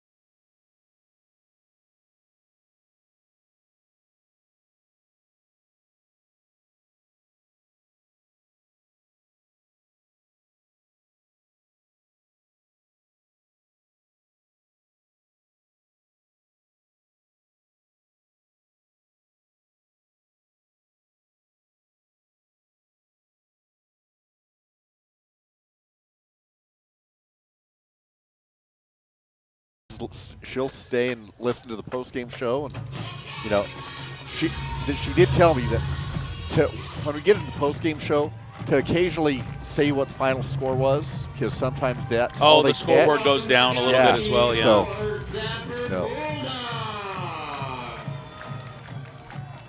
Bulldogs coming back out onto the field. Guys, we're 4 minutes away.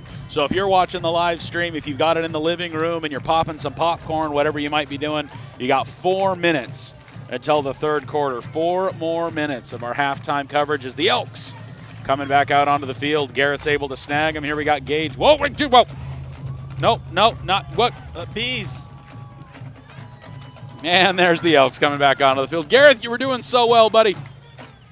He's just a little gun shy. He's moving out of the way after that close call a little while ago. He didn't want to get runned over. I don't. Steven, did you see that? How close Gareth came from getting plowed over? Oh, there I in missed the second that play. quarter. I heard you guys talking about it, but I was staring at my screen getting stats entered. Aaron. Yeah, Aaron, I saw that. He's a mechanic, not a magician. Okay. All right. So So saying we're that big of a train wreck that not even Aaron can fix it. So for 3 us? minutes coming back, guys. 3 minutes adjustments, predicted adjustments. What are you going to see out of the Elks different? I know as we were coming back, we talked about the need for tackling, the need for ball control. Steven, do you see offense changing at all, or are we going to see a normal Round Valley offense here in the beginning of the third? I really don't think we're going to try to change a lot on offense as far as what we're doing. Like I said, we've stopped ourselves more than they've stopped us. That is probably the most profound statement of the half right now after Jelly Donuts is that we have been stopping ourselves. And so we got to hold on to the ball. We got to wrap up. And this opening drive needs to be 7 on the board and get the defense on the field. Yeah. Get our heads back up. Get our confidence up. Guys, if you hadn't had a chance yet, hit that like button on the stream because you know you're having a good time. Who doesn't like donuts and who doesn't like bacon? And if you haven't joined the herd yet, hit that subscribe button on the YouTubes. Help us grow the herd on YouTubes. Hey, I know that kid. Oh, Mom will be so proud right there. Gareth, well done, sir. Gareth, you have earned a snack on the way home. Mama McBride going to be so proud right there. Mama McBride, are you watching the stream right now? We'll see right now. No more turnovers, Ginger. I agree. That's exactly. And it was last week. Ethan, you said it right before halftime. It's pacing all over again, right? Oh, gosh, yes. We have to shut down those turnovers. We have to stop losing the ball. And, you know, Riker owned up to it in the interviews. And, guys, we apologize. Those were hard to hear. But Riker even said as much. He said he knew his team had his back. He's like, after I threw that second interception, they took care of me. He knew that they were making those kinds of mistakes, and so hopefully we see the Elks pivot away from any kind of mistake like that here in the second half. Sticky gloves, Diana Elmer says, would be the thing. Yeah, Mama a lot of drop McBride. passes. That is true. The first 2 drives, a lot of drop passes. Yes. From guys that normally don't. Yeah. In the chat, what do you guys think? Any adjustments that you see the Elks making from how we played in the first half other than tackles and ball control? Is there something else that you think that we should be doing a little bit different? I know Dan was calling for the RPO in the second quarter. We're 1 minute away, ladies and gentlemen. Kicking off to start. In case you don't know, RPOs run pass options, so the quarterback has the opportunity to run the ball or throw it. You know, he has to make that call. It's 2 plays in 1, so to speak. Yeah, the quarterback's able to read the play. You have to be a really dynamic player to be able to see it, read it, know what's going on. And we saw a couple option situations happen in the first half. We just need to see the Elks finish things up and get some scores on the board here early in the third. I mean, some plays that were pretty effective for us was when we ran that wide option and Riker made the pitch back to Clark. You know, that was an effective play for us. Wouldn't mind seeing that a few more times. Guys, to talk a little bit more about food, if you haven't yet, you can throw a little order into Booger Reds. Booger Reds back with the action here on Let's Go Elks. They have got the prickly pear lemonade. Need I say more? You need not. I feel like they've changed up their salsa a little bit. If somebody can confirm or deny in the chat for me, I need to ask Melissa as well. We went in the last few times, and I like the change. I'm good with it. I love their old salsa. I just like salsa in general. Give it to me in buckets, and I will consume it. But Rustin, a huge fan of the enchiladas there at Booger Reds. Rustin McBride, you saw at halftime show. He's number 80. Red or green? Green. He is a green enchilada man. Good man. So go get you some prickly pear lemonade. And they're open on Sundays. If you need a big group, you want to do something after church or just on Sunday at your leisure, before, after, during the football games, Booger Reds right there in Springerville, Arizona. That's kind of my spot for a good Saturday morning egg burrow with green chili. Amanda loves, they have a to-go burrow that you can order a little bit ahead. Amanda gets that to-go burrow often. Okay. That would tell me false start. Offsides. And Yes. Steven, another small kick. Yes. They are not A kicking dead deep. ball on the kickoff procedure on the kicking team. Repeat the kick. You know, I want to give some props to our white hat. He has done an excellent job. He's sounding great. He remembered to leave the pack on. This is on point. Appreciate it. And I wonder, does he think that it's in the PA too? No, I told him that we were trying, but that the PA, they just got a new speaker system, and they're unaware of how to hook into it. They don't want to make any. Tony says we're not going to touch it because we don't want to break it. That's what I'm saying. So we're scooting back, what is it, 10 yards? 5 yards? 5 yards. False start's going to be 5 yards, move back. So a few comments, guys. Dan Muth saying short passes, control the clock and the possession, keep running the ball, making mistakes, throwing the ball. I think that's correct. We got to catch the ball. A little bit deeper kick. Picked up on about the 15-yard line, spin to about the 28, 29. Elks will pick up the ball on their own 29-yard line as we start the Sierra Propane third quarter coverage. Sierra Propane celebrating 40 years of service in our community. That Cole Yentz, he's the one that went to elementary school in Round Valley. That was in on the tackle there for Safford. Guys, I noticed that the scoreboard is a touch off. I'm going to see if I can fix that digitally really quick, and if we can't, then we will go adjust it. But give me just a second here. I think I can slide it on over. And I think that may be good enough for our purposes here. Back out of Clark, right? Gives it to Clark for about 7 yards. between 6 and 7 yards. We'll take it. Hand off to number 2, Clark. He gains about, we'll say 8 yards. That was like the most Eeyore 8 yards I've ever heard. He gained about 8 yards. I mean, he gained 7. some. He does. You were 100% right. That is a very Eeyore. Did you guys know that Winnie the Pooh, not the red shirt Winnie the Pooh, but Winnie the Pooh just went public domain? Really? Yep. Handoff right side. Clark with it for a first down. And then let's go. Let's go. Across midfield for a first down. Sorry, I just screamed in everybody's ears. But that's the momentum that we need to see the Elks with here in the third quarter. Like I said, you get him going, and he just keeps rumbling. 3-yard line.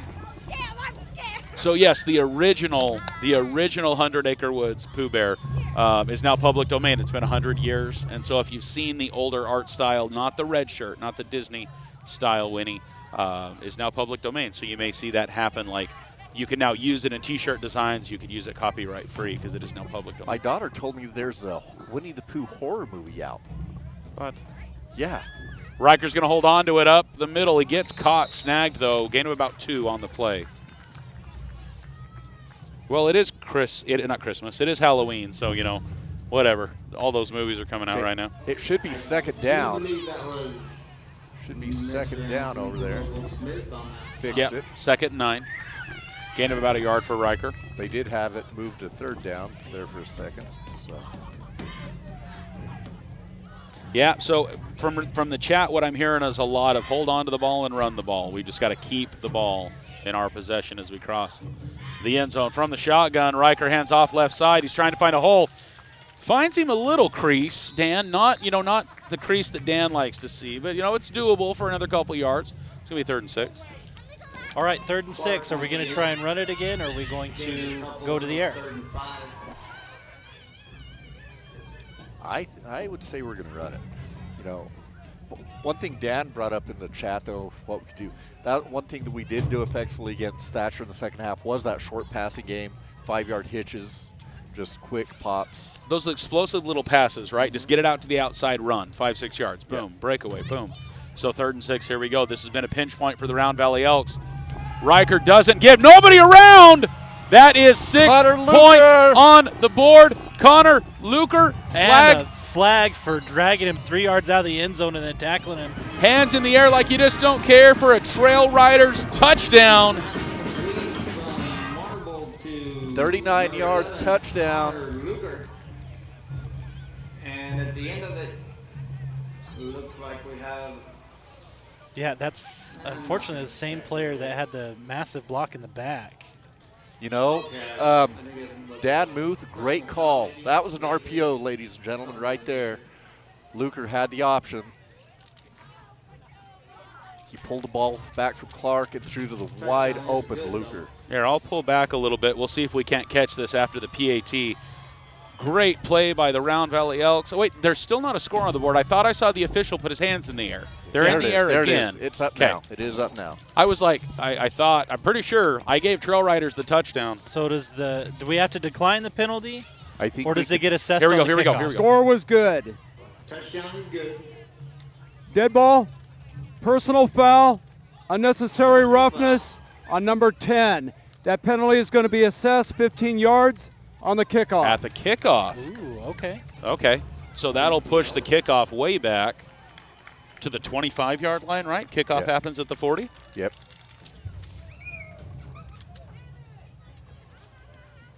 Guys, I want to give some love on that Trail Riders touchdown. Listen to all the players that play for the Round Valley Elks that work at Trail Riders. Wyatt Hetrick, Derek Gillum, Trace Whiting, Kyle Clark, Brody Finch, Connor Luker, the manager Mia Pusis. Ball's in the air. That is good. Elks on your feet. 9:13 left in the third. Wherever you're at for the fight song. In your home, in your mind, in your hearts, clap along. As the Elks put 7 on the board here early in the Sierra Propane third quarter. Just what we needed right there.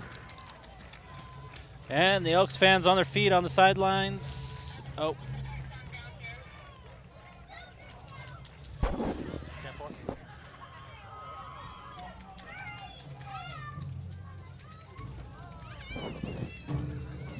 Yes, Janelle Pena's got the fight song going in chat right now.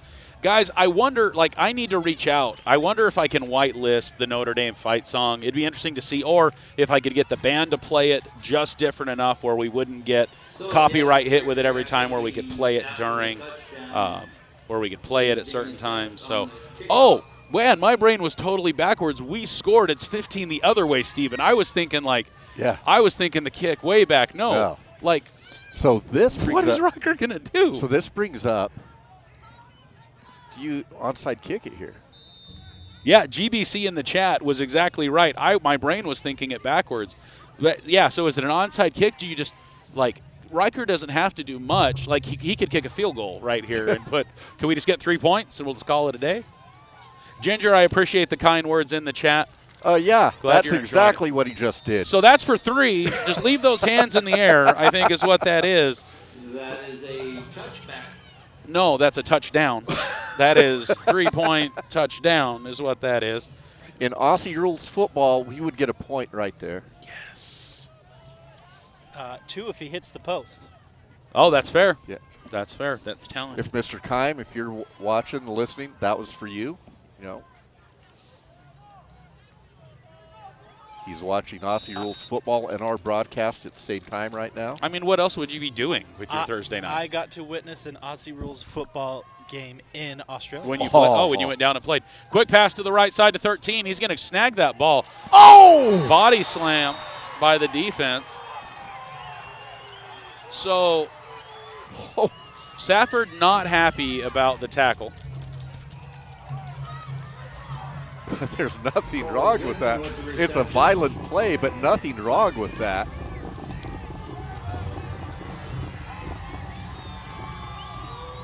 He stopped him in his tracks, gave him a big old hug, and then put him on the ground. That had to left a mark. Sorry, I was catching the instant replay back up with real time.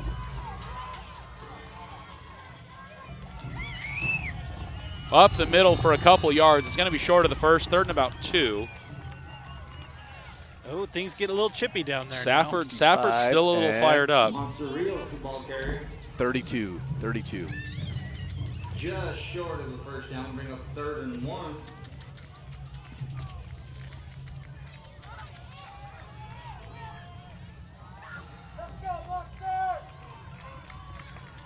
Third and one. Round Valley defensive line got to hit hard right here. Keep him in the backfield. Let's shut this down. Send it to 4th. Nope, we're going to break through. Safford's going to get about 3 yards, 4 yards, 4 or 5 yards on the play. First down for the Bulldogs. I mean, Connor came up with the ball, but apparently ruling him down by contact first. I saw him coming in there looking for the pull. Yeah, well, he snagged it. Well, it looked like he was still. Yeah. Hard to tell from the replay. Unfortunately, they don't have that advantage either as officials, you know. If only they had Let's Go Elks on their phone. Yes. Hey, we stopped at Glenwood, and we told the lady that was working because the boys stopped there on their way through. We told her to throw it up on her phone and watch the game because she didn't get off until 8. Nice stop by the Elks defense right there. No gain on the play, says the line judge on the side.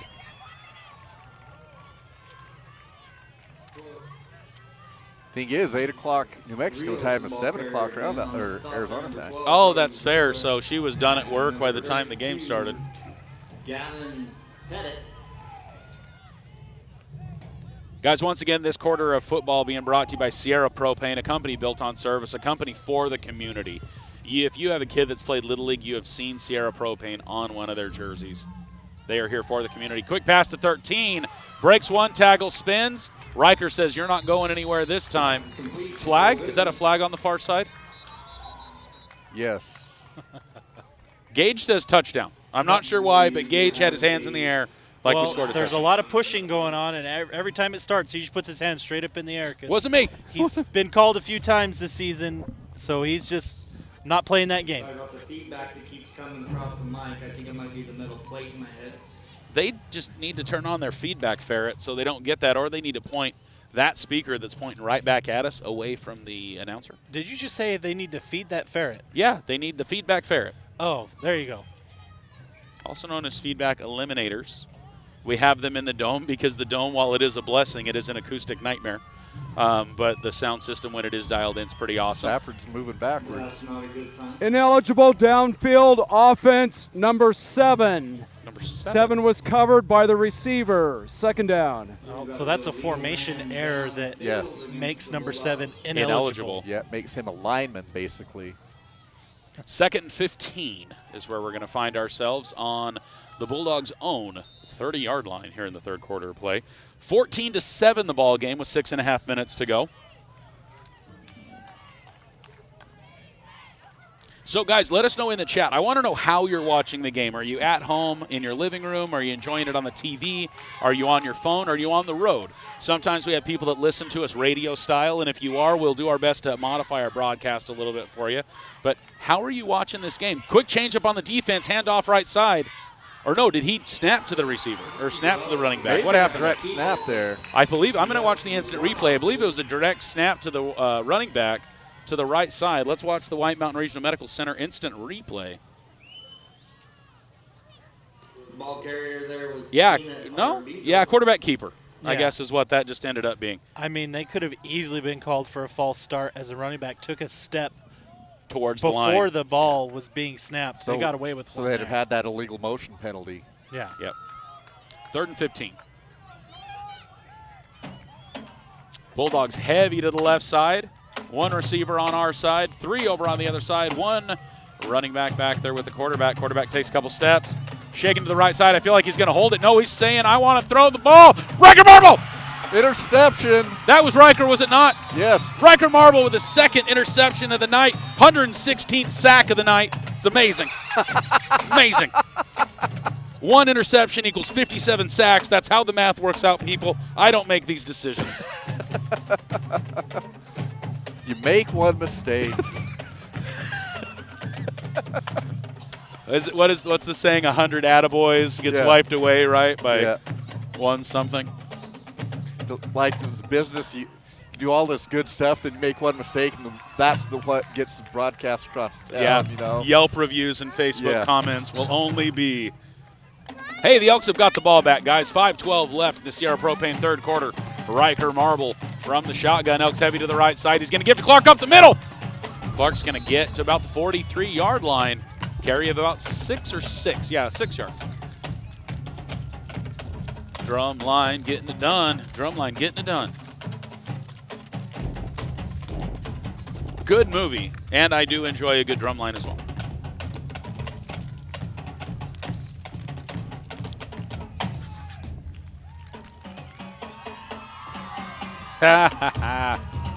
Little Mary had a little lamb now going on by the drum line.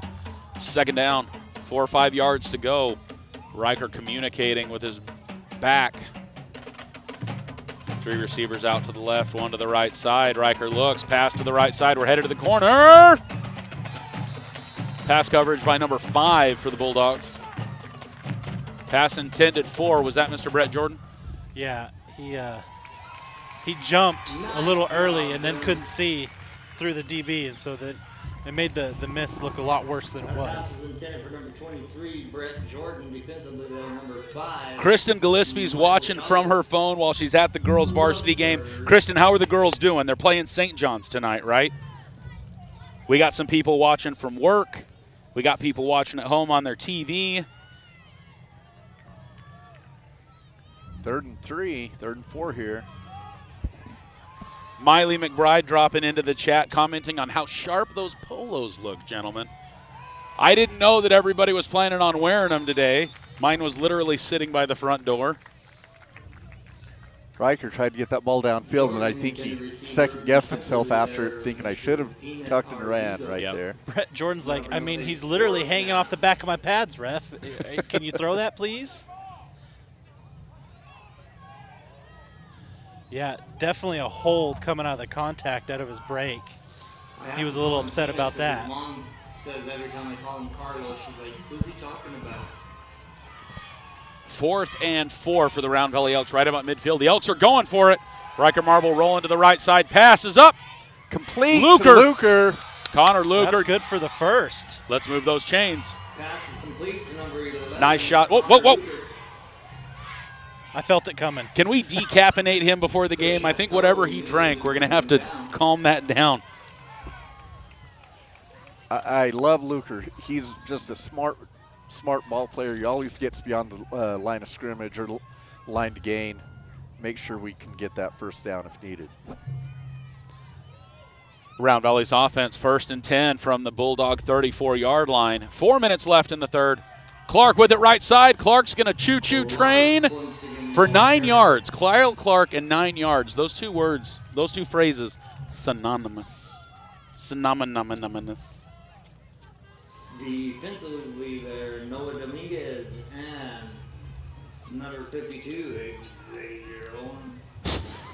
Yeah, I know. It's partial paralysis. It's just little Bell's palsy. So, I mean, he actually said a joke not too long ago. He was really starting to feel himself, the announcer here.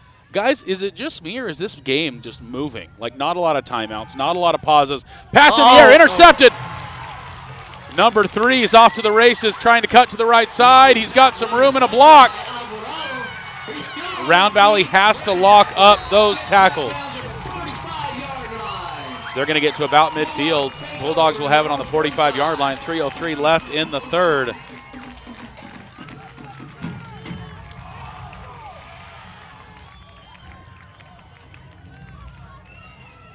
Score update, Sholo up over Fountain Hills 20-7. We play Fountain Hills in 2 more weeks. We have Ganado at home for senior night, and then we travel to Fountain Hills the following week. I just talked to the Fountain Hills AD today, locked down that approval. We will be streaming something, somehow, somewhere live at Fountain Hills on the 20th, I think is that date. Bulldogs with the ball now. Round Valley defense needs to get some work done right now. 3:03 in the third. We're going to hand off up the middle. 22 gets tripped up but not tackled. Missed opportunity for tackle in the backfield. 1 or 2 tackles there to gain a couple of yards and bring up a second down and we'll say 8 to go.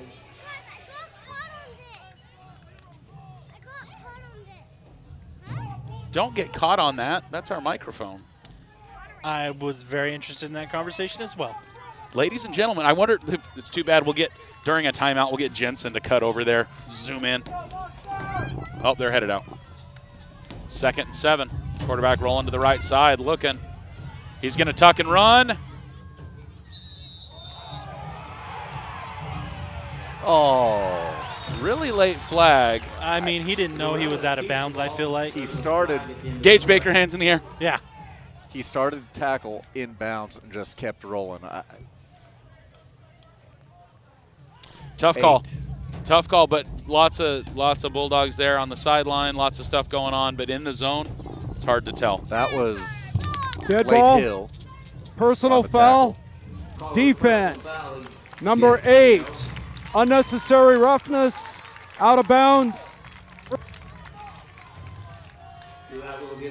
That's going to be a first down for the Bulldogs.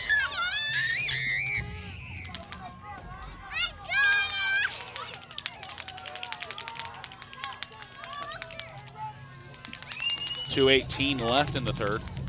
Bulldog first down, clock ready to go, whistle blown. Quarterback looks to the right side real quick. Intended for 3, I think, but a little over his head. He knew that he had an unblocked rusher coming off the end, so he had to get that ball out right now. Yeah, if he waits one more second, it's a sack or a fumble. Let you guys see what Ethan and Steven are talking about right now. So here he goes, rolling right side. From the Elks, 30. Hot potato. Got to get rid of it. 6-yard line. 3 seconds off the clock, 2:15 left now in the Sierra Propane third quarter. Action here in Safford. You're watching Let's Go Elks. 22, super effective. It's going to be short of the first down. 66 and 5. Defensively, there, number Baker 5, Finch. Gage Baker, number 66, Cody Finch.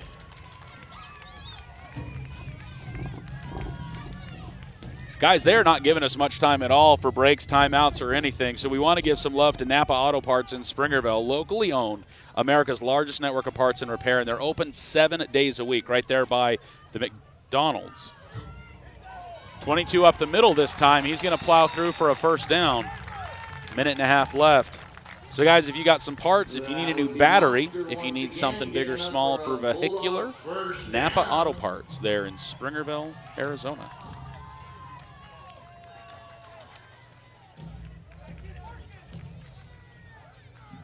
First and 10, just outside the red zone. We're on the 22-yard line. 2 receivers back with the quarterback from the shotgun position. He's going to hand off 22 to the left side. Wrap up, make it stop. There we go. They're going to call progression right about the line of scrimmage. I think it's going to be 2nd and 10. Great job by Noah Dana. Noah wrapped him up and was not going to let go. A 2nd and 10.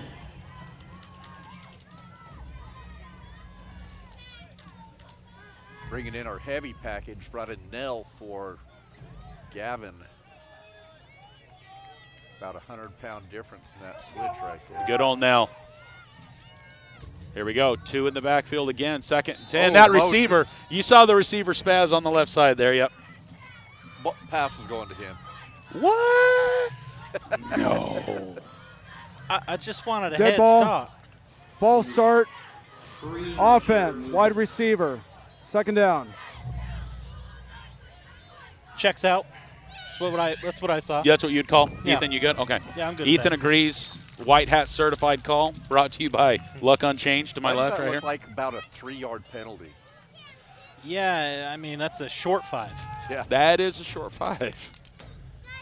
All right, Bulldogs in motion. Hey, that shuttle pass, they did not give it to the Elks right there. Number 10 with it. Oh, nice Gage? tackle. Gage with a tackle right there for a loss. No Loss of gain. 1. And now a flag after the fact? What's the flag, though? I don't know. He just, I don't know. I'm going to listen in. I want to hear what it is. Let's go to the replay and see if we can see what it is. We're all coming here to the right side. Shovel pass, number 10 with it. It wasn't a horse collar. I think the running back got upset. And Yeah. Pushed Gage. Nope, it's on Gage. He just signaled. I don't know why.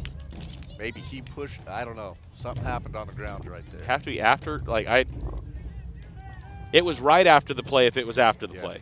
Dead ball, personal foul, defense, number 5. After the play, half the distance to the goal, first down. So did he maybe push off, like get off me, Yeah. kind of a thing? Sorry, we couldn't see it. You guys are seeing what we're seeing as well. But it must have been a little bit extracurricular then. Okay, I said first down, so that's going to be. All right, Mr. Whitehat left himself hot. I'm going to go ahead and turn that channel down. Gentlemen, just remind me on the next flag to turn that channel Looks back like up. He's going to make a correction here. Oh, here we go.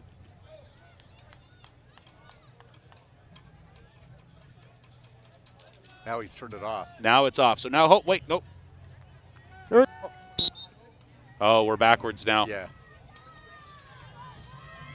Ethan, tell Gareth to tell him he's backwards. Can we do that during the quarter? Handoff 22 left side. He found a room around. Nice. Hey, we got the play. tackle, though, stopping it, though. We're going to be third. It's going to be, that was third, so it's going to be fourth and about 3 yards when we go to the fourth quarter. That is going to end things in the third quarter of play. Ball. Can you go tell the referee with the white hat Quarter. that his mic All is right, so reversed? third down and about He's 3. off when he thinks he's on. Seth. When he's off.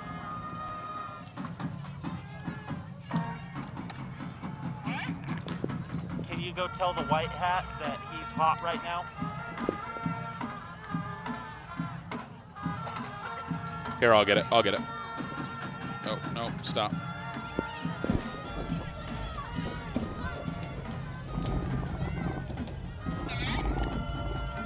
I'll see if he'll answer. Hang on just a second.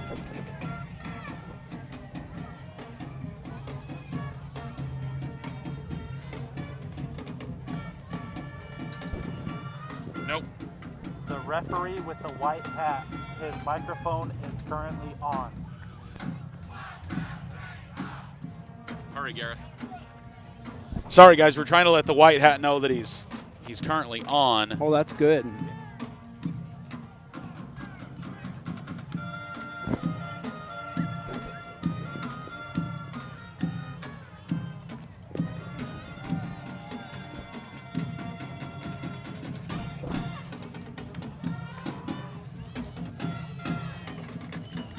the meantime, can bring up 3rd and 2.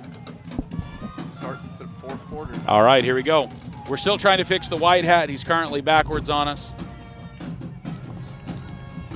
Big opportunity, Elks defensively right now. He's going to break through. That's going to be a Bulldog first down. It's going to be 1st and goal. Welcome, welcome, welcome to the Molly Butler Lodge fourth quarter.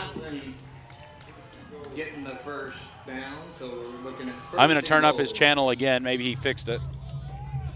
I don't think he did. I'm hearing what I think is his channel.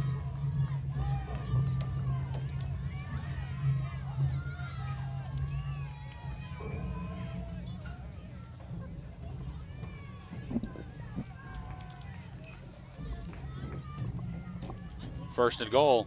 Handoff 22. Wrapped up. Noah Dana. No, Dana's going to get it done that way. It's still going to be 2nd and goal. Not much gain on the play if there was any. I'm waiting to see him move the down marker. Slight gain on the play, 2nd and goal.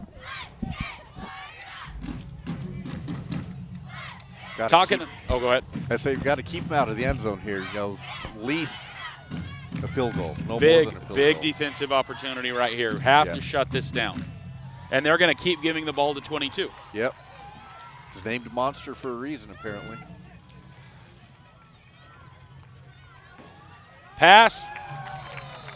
That's in the end zone. Touchdown. 10:42 left in the ball game. Safford will put 6 more on the board. Round Valley's offense is going to need to get out on the field and get crazy after this PAT.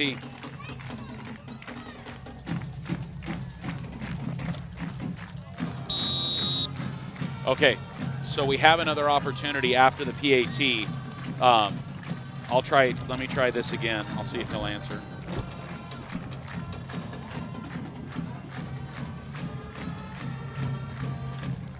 If not,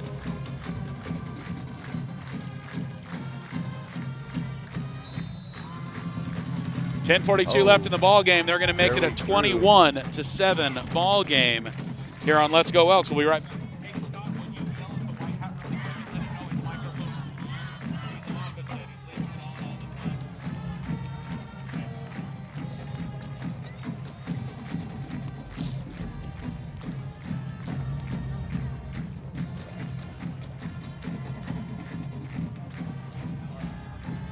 All right, we'll see if we can make an adjustment there. Mr. Madrid helping us out, getting photos and stuff of the game tonight. I was able to get a hold of him. We'll see if he can get his mic reset. There we go, Scott. Scott getting it done that way. Yeah, he got permission from the official on the from side. The side judge, yeah.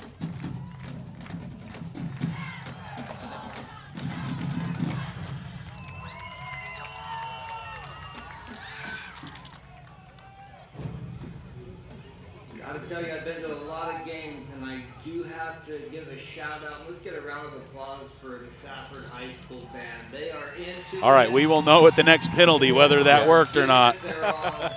Love seeing it. Ethan, you were making a joke about something being on fire. The PA announcer did, and it is fire season, guys. We've got to get ready to get some wood for the fires. Cowboy Up has all the deals on the chainsaws that you need right now. A number of steel deals. Get there at Midtown Springerville. Cowboy Up. They got your chainsaw needs taken care of. Roundall is going to get to the 35-yard line. Eventually brought down about the 35. They will also take care, maintain, and repair your chainsaws too if that's what you need.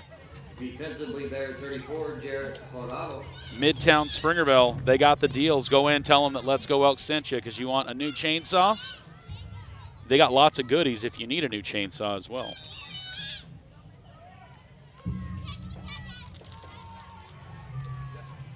We also can't leave out our spirit line down there.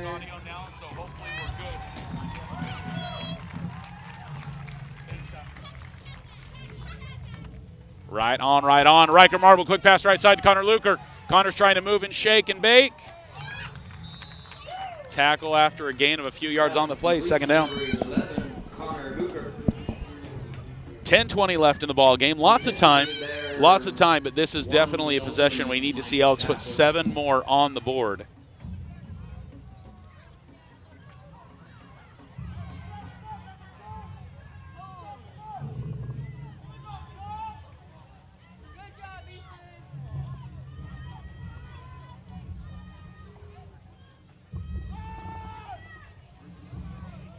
Carry to the left side. Kyle Clark's pushing his blocker. That's Marble. Well, that was Marble with the carry, sorry. Looks like he gets out of bounds. I was still trying to reset my gear, get everything ready to go again. Homecoming was last week. I can only imagine that Molly Butler Lodge was filled with a lot of homecoming dates. I know I wouldn't mind taking my beautiful wife up there for a steak every now and then. It's been a few years ago, but I take my team up there for a Christmas party, and they're really fun to work with us up there. So Molly Butler Lodge, get them a reservation, get up there and enjoy the goodness that is Molly Butler Lodge in Greer, Arizona. Clark with his head down, chop, chop, first down. That's what we need. 9.5 minutes left in the ball game as your Elks trail by 2 touchdowns. He does get so far, the Elks marching down the field, keeping it on the ground. We want to sing that victory song again, so keep marching.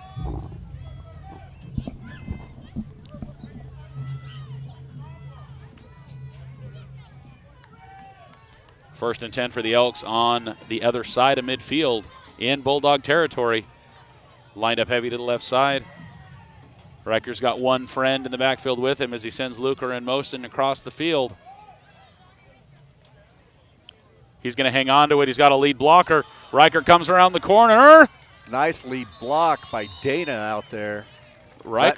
No, that's 66. That's Finch. Riker Marble just short of the first down. It's going to be 2nd and 1.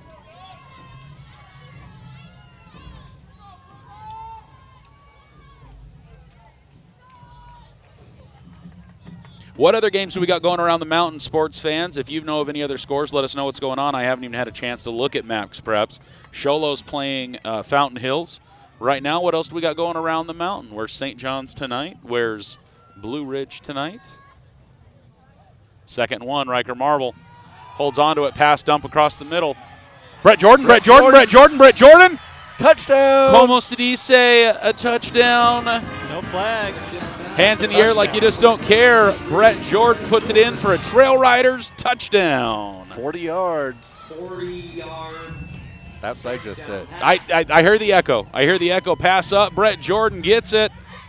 3 on him trying to make it stop. Can't get it done for a Trail Riders touchdown. Elks fans, that's exactly what we needed to see happen with 8.5 minutes left in the ballgame.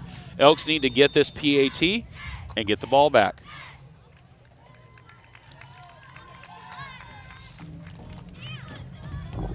Jordan to hold. Marble to kick.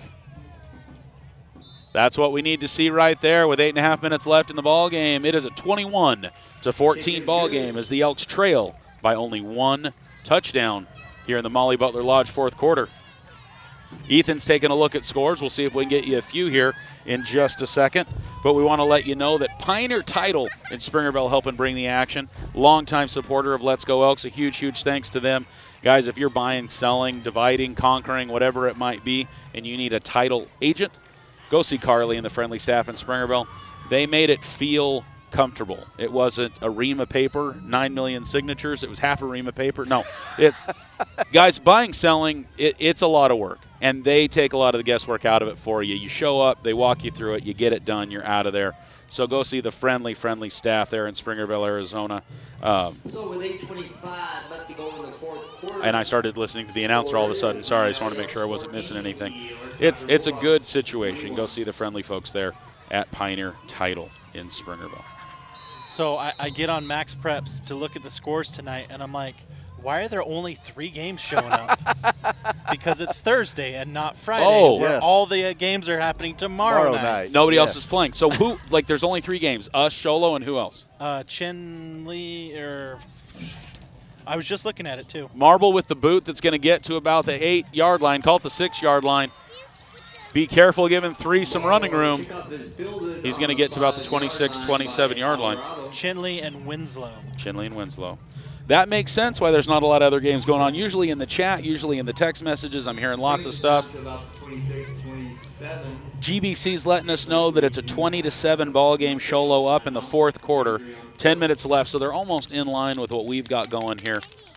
Once again, a big shout-out to Jensen Bigelow on the main camera, Garrett Holiday on the second camera. We've got to have a player down. We've got a player down on the field right now. Safford's doctor working for both teams tonight. I talked to her before the game. She's got some really cool glasses. That's what the white hat noticed anyway, was asking her about her super cool glasses. So give us just a second. Lane Hill getting evaluated on the field as we have 8:18 left in the ball game. Steven, did you see what happened on the play there? No, It was at the bottom of the pile, so it's hard to know. Oh, okay.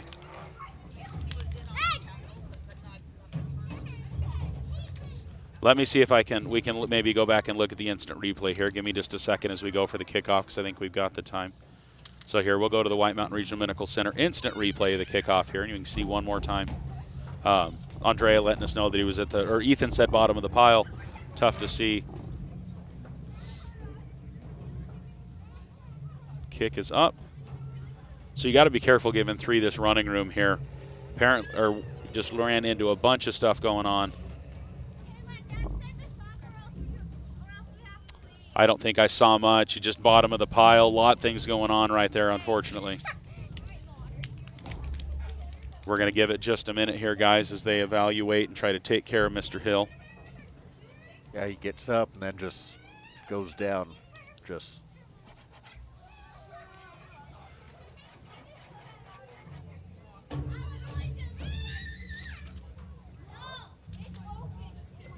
So, chat, since we've got a Thursday night game, what are you going to be watching tomorrow? What is your Friday Night Lights game going to be after the games here in Safford on Thursday, the 3 games Ethan told us about right now?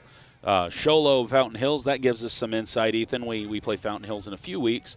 So does that give us any perspective on what we may be seeing as we travel down to the Valley? Well, as they trail this game against Sholo, that would put them 0-3 in conference play with us going down there, which is, Encouraging for us, right? It's unfortunately probably not where Fountain Hills would like to be after coming down to 3A. And Encouraging for Sholo too. After the Are they playing well? Or the rough couple of weeks they've had since the injury to their quarterback, and I think their running back that got hurt early in the season was back tonight, but I'm not 100%. Oh, really? Sure. So that may make a difference for them late in the regular season now. Well, it gives them a few more options other than Easton at quarterback. I think Sholo, in a similar boat as us, I think they have a larger roster, but still, you see one key position get hurt in a pivotal time during the season, and it really can hurt your offense and your defense both. It can hurt across the board. So just an update for you, ladies and gentlemen. EMT from the ambulance walking onto the field now as well. We'll see where we are from that perspective. Lane's mom just came out on the field as well.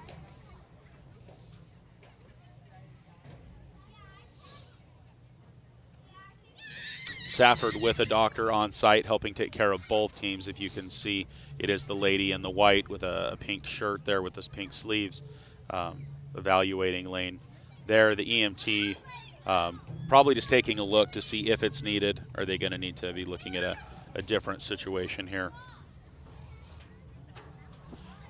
Which is a really good sign because AMTs provide the A's, the B's, and the C's. And so Lane is most likely breathing, most likely okay from that perspective, or else we'd be seeing different moves, different responses from the ambulance staff right now. So we'll continue to try to give you an idea of what we see going on right now. Just lots of Elks staff. The Elks taking a knee. Bulldogs trying to stay a little warm there on the sideline.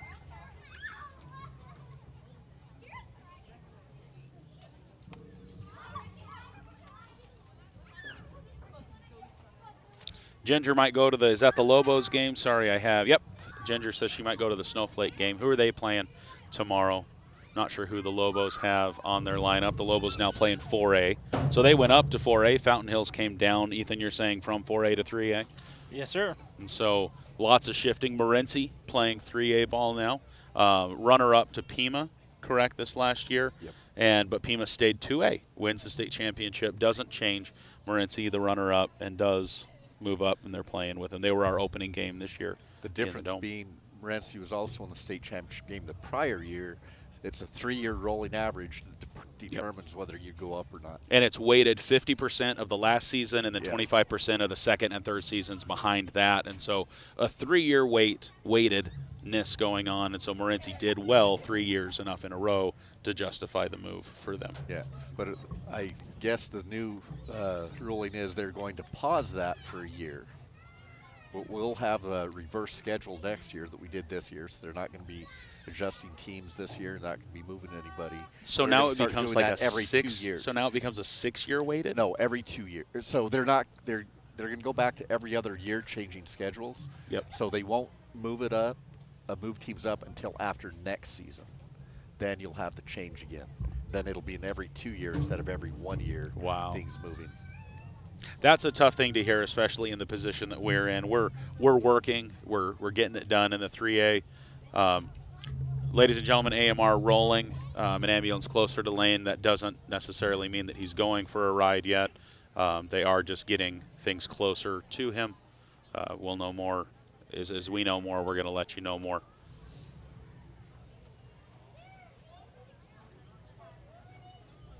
You know, this is an unfortunate occurrence, and it'll have one of two effects. Either it's going to pull the team down, or it's going to rally the boys and put a little fire in their gut. And it can be a deflating thing. It can be a motivating thing. Absolutely.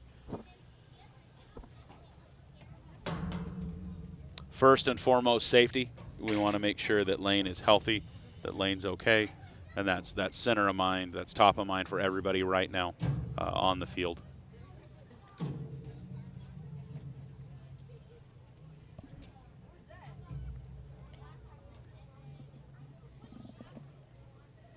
Yuvia, you're exactly right. Prayers that he is okay. So wherever you're at, guys, if you're the praying kind, make sure that you give some love to the Hill family right now.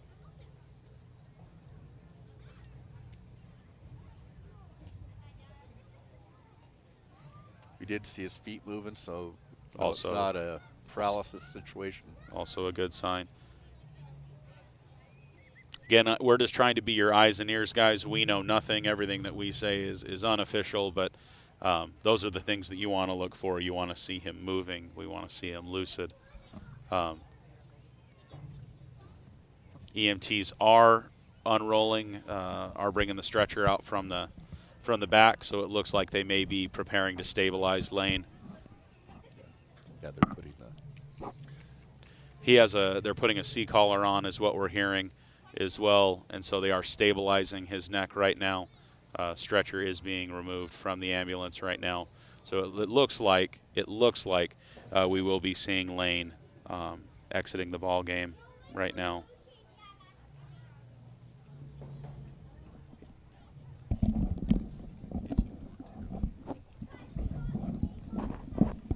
Guys, we'll try to give you, we're trying to get position for a little bit better shot there. There's Gareth right now. Again, you can't see much.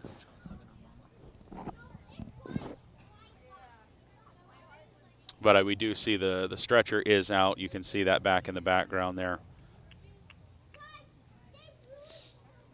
Mom down there right by Lane. The athletic director, Tony Corona, down there helping get stuff going, helping get the collar to help support his neck and get things nice and fixed.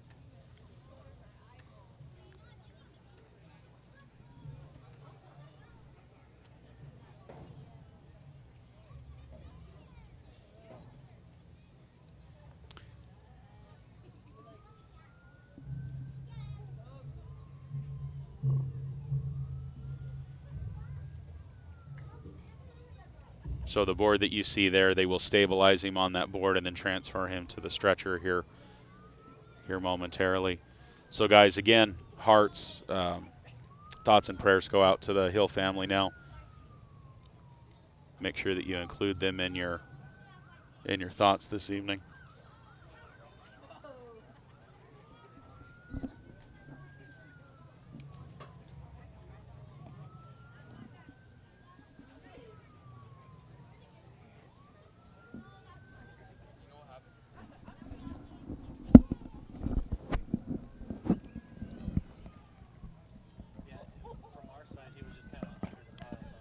So thanks for sticking with us.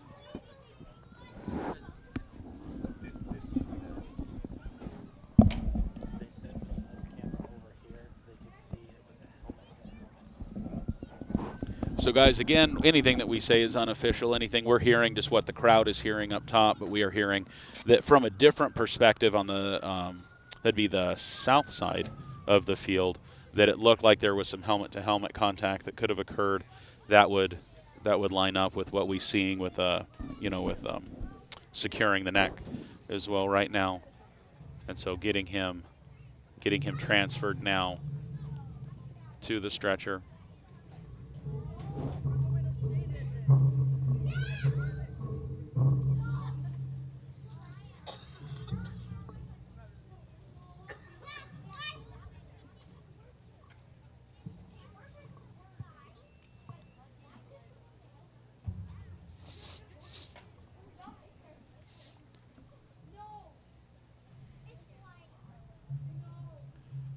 The Elks rushing over there, I'm sure, to give some support. I'm sure to give some words of encouragement to Lane and to the fam. No matter what side of the team of the field you're on here, this is the worst thing to see. But if you believe in prayer, please keep the Hill family in your prayers, especially Lane Hill. The PA announcer letting everybody know, similar to what we've been talking about, guys, that if you are the praying kind, keep your thoughts, keep your prayers towards the Hill family this evening. It's a sobering thing to hear how quiet it gets. And I know we have headsets on, but it gets really quiet really fast, and both sides of the field here.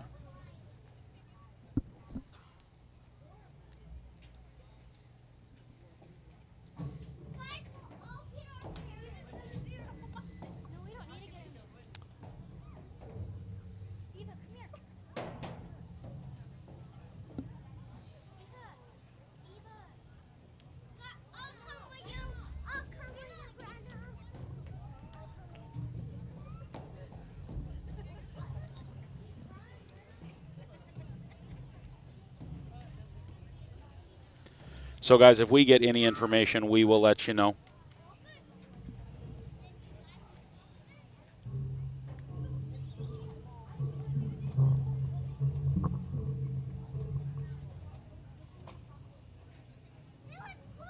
We see a second ambulance on site now, which is protocol. As the one leaves with Lane, we have an ambulance here for the next play, so that they were on site. We have ENT staff ready for continuity in the game here.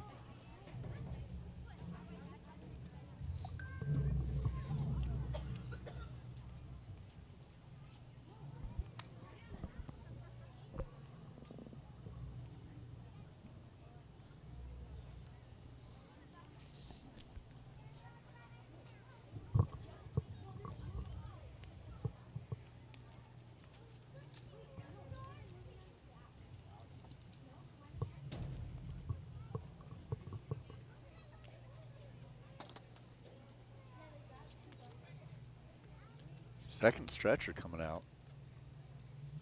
Either the first one isn't working right, or what may be happening, Stephen, is they may be transferring him to the ambulance that just came on site, and the existing ambulance will stay. So they may just be transferring the stretcher, for continuity of care. But we'll see what's happening here.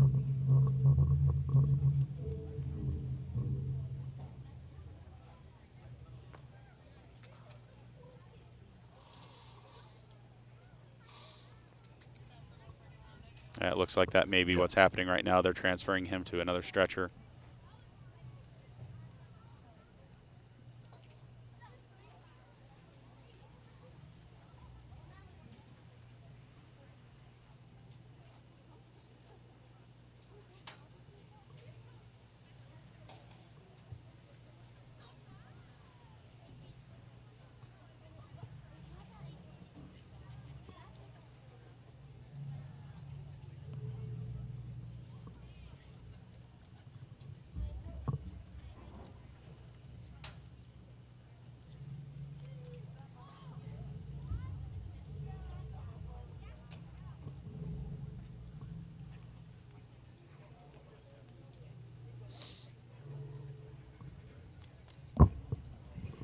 Wayne, you show what a warrior you are out here on this field. You keep fighting, buddy.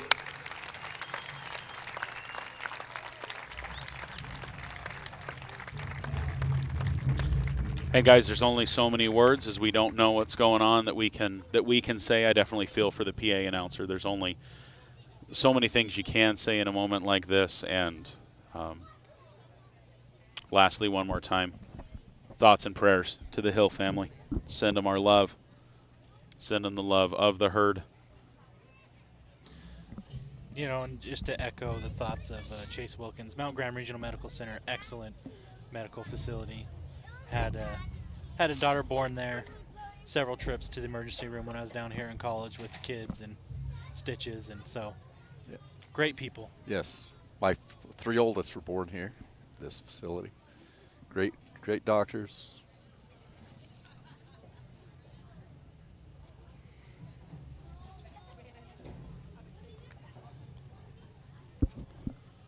Thank you, Melissa. Melissa sending the love of everybody working at Trail Riders this evening for the Hill family. They must be watching the game while things are going on. We appreciate it, and we echo that love onto the live stream.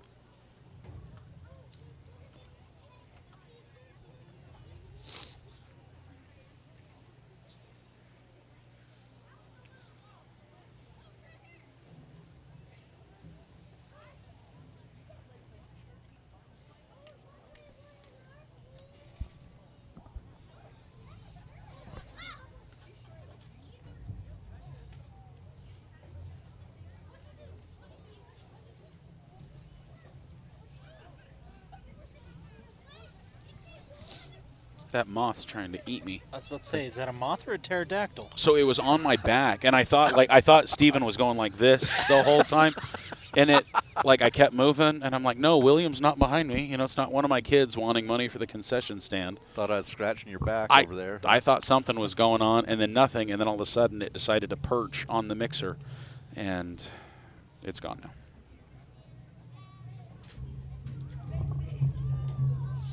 Yeah, Chase, it's what happens. A lot of people have history in and out of here. This is actually where my dad's side of the family is from. Well, a little bit out of town here. My family's from Duncan, as it were.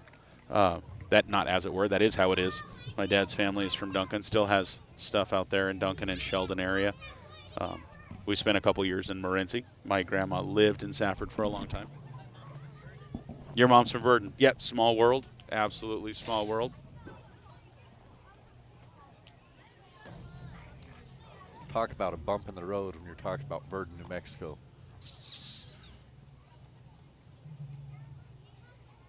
They have shut the back of the ambulance. I think they are getting ready to initiate the transport.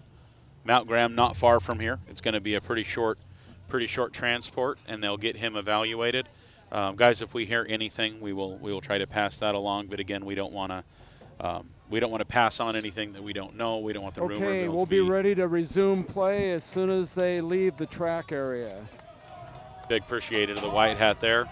And just like that, you hear the energy come back. The football game has to get going again. So we're going to get both of the ambulances off the field, and we're going to get ready to get going again, guys.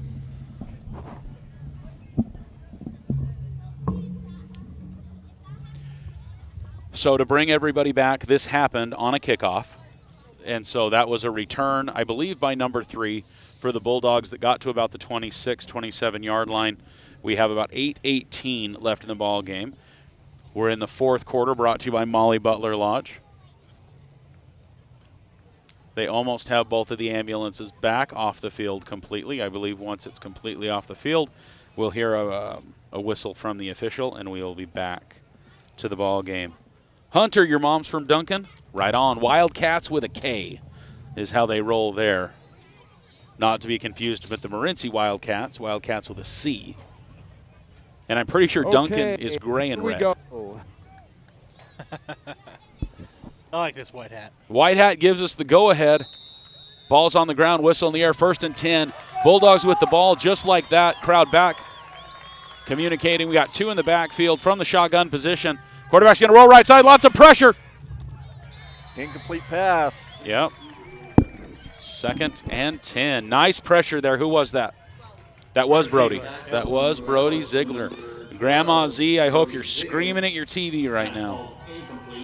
And this is where, you got to have some mental control here because, you're going to have a little emotion. Back to the game. Back to the game. You can't let that get in. You don't want to get an unsportsmanlike or late hit. You want to control that emotion here, well, use it in a proper way. In a proper way. And like Ethan said, it's you can't just deflate either. You can't just let this determine the rest of the ball game. Yep. Elks down by 7, 8:13 left. We're going to hand off left side. Lots of patience there by the running back as he waits and finds somewhere to go. Gets about 3 yards on the play. It's going to be 3rd and 7.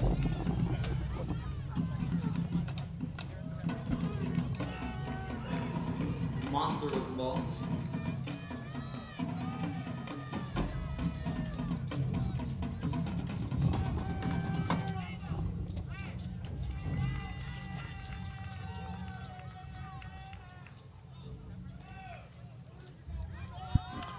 Clock running, 7:40 left in the ball game here in the Molly Butler Lodge fourth quarter. Big 3rd and 7 here for the Elks. This is another dangerous 3rd down opportunity. We need to see the Elks defense shut things down. 22 in motion. Oh. Got him. That's a left tackle. Yeah. Looks like we have some movement on the line. Dead ball. We shifted. False He start. reacted. Offense. Repeat 3rd down. Do you guys recognize there are any changes on that? What the changes on the line were with him coming off? We brought in 69. so Nell. 65. That's 65. I think they moved Noah out a little bit. 3rd and 12. 22 in motion. They're going to run the same play. Pass to the left side to number 7. Little screen action. Caught in the backfield. Well, gain of about a yard. I'm going to call it the backfield because it's 4th and 11. Gavin Pettit? Yes. Yes. First contact.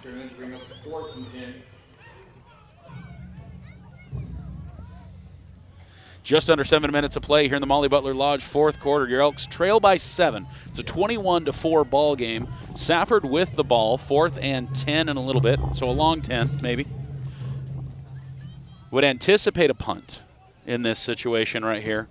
And this is where we need to see the Round Valley offense fired up and putting 7 on the board right now. The way Round Valley's been running the ball, you can't let them have it back with this field position. The last couple punts haven't been deep for the Bulldogs. Let's see what this one is. That's probably the best punt they've had all night. Fair catch on the 41, 42-yard line. Yes. Elks take over. With a nice punt to Marble. He fair catches, calls for a fair catch about the 42-yard line. I noticed we didn't rush that hard. Were we maybe possibly nervous about getting caught with a fake punt situation? Possibly, and also setting up the return if possible, you know. So 6:13 left to go in the All right, Elks offense back on the field right now. 6:13 left in the ball game. Touchdown separates the two teams. Yeah, nobody even tried to cross the line of scrimmage. They stayed there blocking, almost blocking.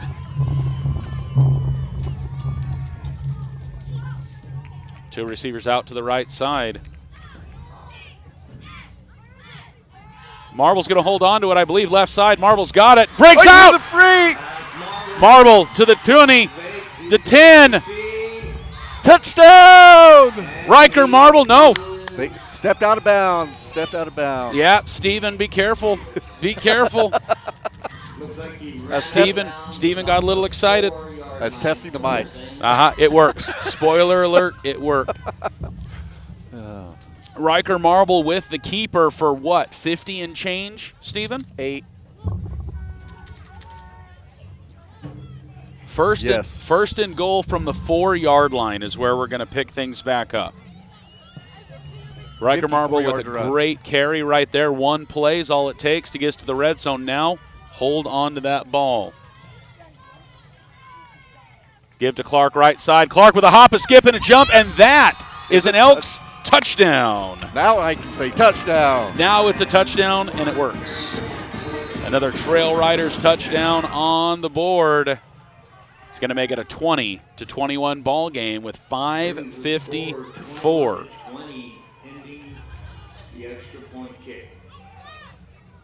Elks go for one here. You tie it up. Yeah. Then you get the ball back, and then you go for the lead. Mm-hmm.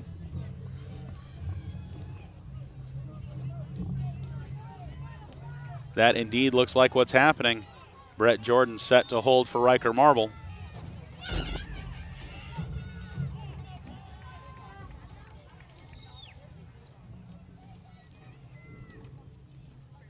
Kick is up. Kick has got it, unless it was way wide, but nope. 5:54 left in the ball game. Ladies and gentlemen, it is a tie ball game. 21-21 in Safford, Arizona. Your Round Valley Elks dug out of the hole, tied the ball game up. We need to see another 3-and-out defensive situation right now. Okay, we put up 3 touchdowns. When was the last time in the last 3 years we've scored 3 touchdowns and Riker Marble didn't score one of them? It's been a while. It's been at least 4 years. I think it might have been Riker Marble's 8th grade year. Yeah. He's thrown a couple of touchdowns. He's been involved in them. Yep. But is actually crossing the goal line himself. He hasn't yet. You know. Oh yeah. No, you're right. That hasn't happened. Perhaps it will be the next one. Perhaps. He's just saving it for the game winner, Steven. Yes. That's it. He's a showman like that. Guys, we want to give some love to Small Town Cleaners. If you need to have your Airbnb, your residential, your commercial, if you need something cleaned, give Small Town Cleaners a call. They're new in town, 480-270-2603. That's 480-270-2603. Small Town Cleaners doing a big-time job on your residential, your commercial, and your Airbnb. Chateau and Alvarado that beat for the Bulldogs. Marble. Too deep to receive for the Bulldogs. Chateau and Alvarado to echo the PA announcer. So we're turning to look. We have that little onside kick that we do. I don't think we're going to do it, are we? Well, he goes to look to see if, he's looking to see if should they're we? set up for it. Yeah. Then we break and spread. So Riker calls it from the huddle. With the green light from the coaches if they've given it. Sure. 5:54 left in the ball game. Tie ball game. Riker Marble with the kick. It's a low kick that's going to bounce. It's going to bounce to the 10. Picked up at the 10-yard line. Reverse. Hands off the ball, right side to the 32-yard line. I don't think number 4 knew that he had the ball because he ran right past it. What's going on? Yeah. Looks like Chateau handed the ball off. You know what, JBC, you stop saying words like OT because some of us have a drive, okay? I have to work tomorrow, okay? I still have to get home tonight. Some of us still have 3.5 hours of elk watching on the side of the road as we try to navigate our way back home. See if we can get another defensive 3 and out. Here we go. Right about where we were last time, a little farther up on the field. We're going to be on the 32-yard line. Bulldogs from the shotgun, one right behind him. He's going to give. Elks are going to shut that down. Nothing. He found the great wall of Elks defense. No gain on the play, second down. Yeah.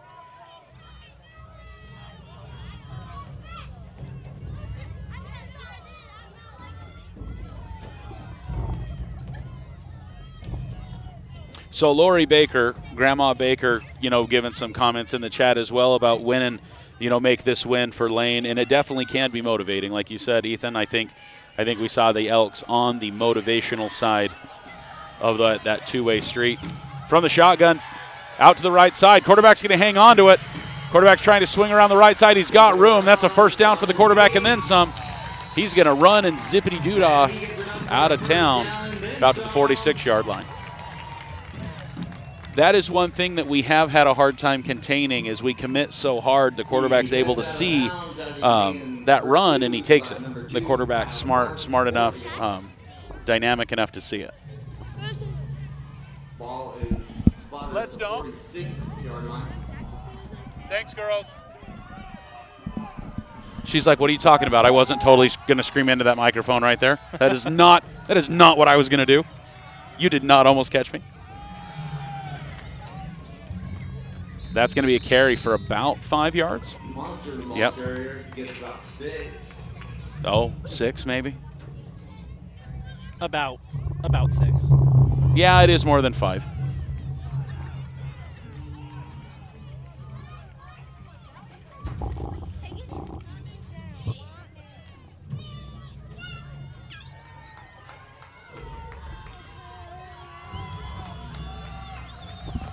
Second about 4, 48-yard line, says the scoreboard. From the shotgun, quick pass out to number 3. He's got some room to run. A shoestring tackle trip up. He's going to get another couple yards out of it. 42 with the tackle. That'll move the chains again for the Bulldogs.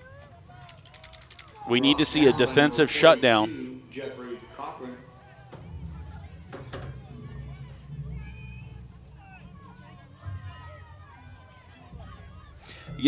The drive home show really depends on how much caffeine, Ethan, have I had.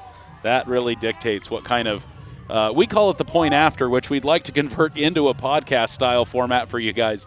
We're just always so tired by the time we get to that point. But the point after. That was going to be a pass. See how Dead ball. he Ball pivoted? start. Number 71. Offense. Repeat first down. Well, you got to hope those kind of tells get noticed, Stephen, right? Like if Yeah. Safford's not going to change what they're going to do offensively, that we're making note of that and adjusting accordingly. Yeah, he definitely pivoted into pass protect position. First and 15. Ball's now on the 43-yard line, Elk territory. 3.5 minutes. The Elks need to get the ball back. Tie ball game. Whatever happens, the Bulldogs cannot score right here. Pass is complete. Elks defense on him. Connor Luker. That's right about at the line of scrimmage. It's going to be about a 5-yard gain, 6-yard gain because of the penalty. So 9 to go. Complete to number 13, Cole Goodman.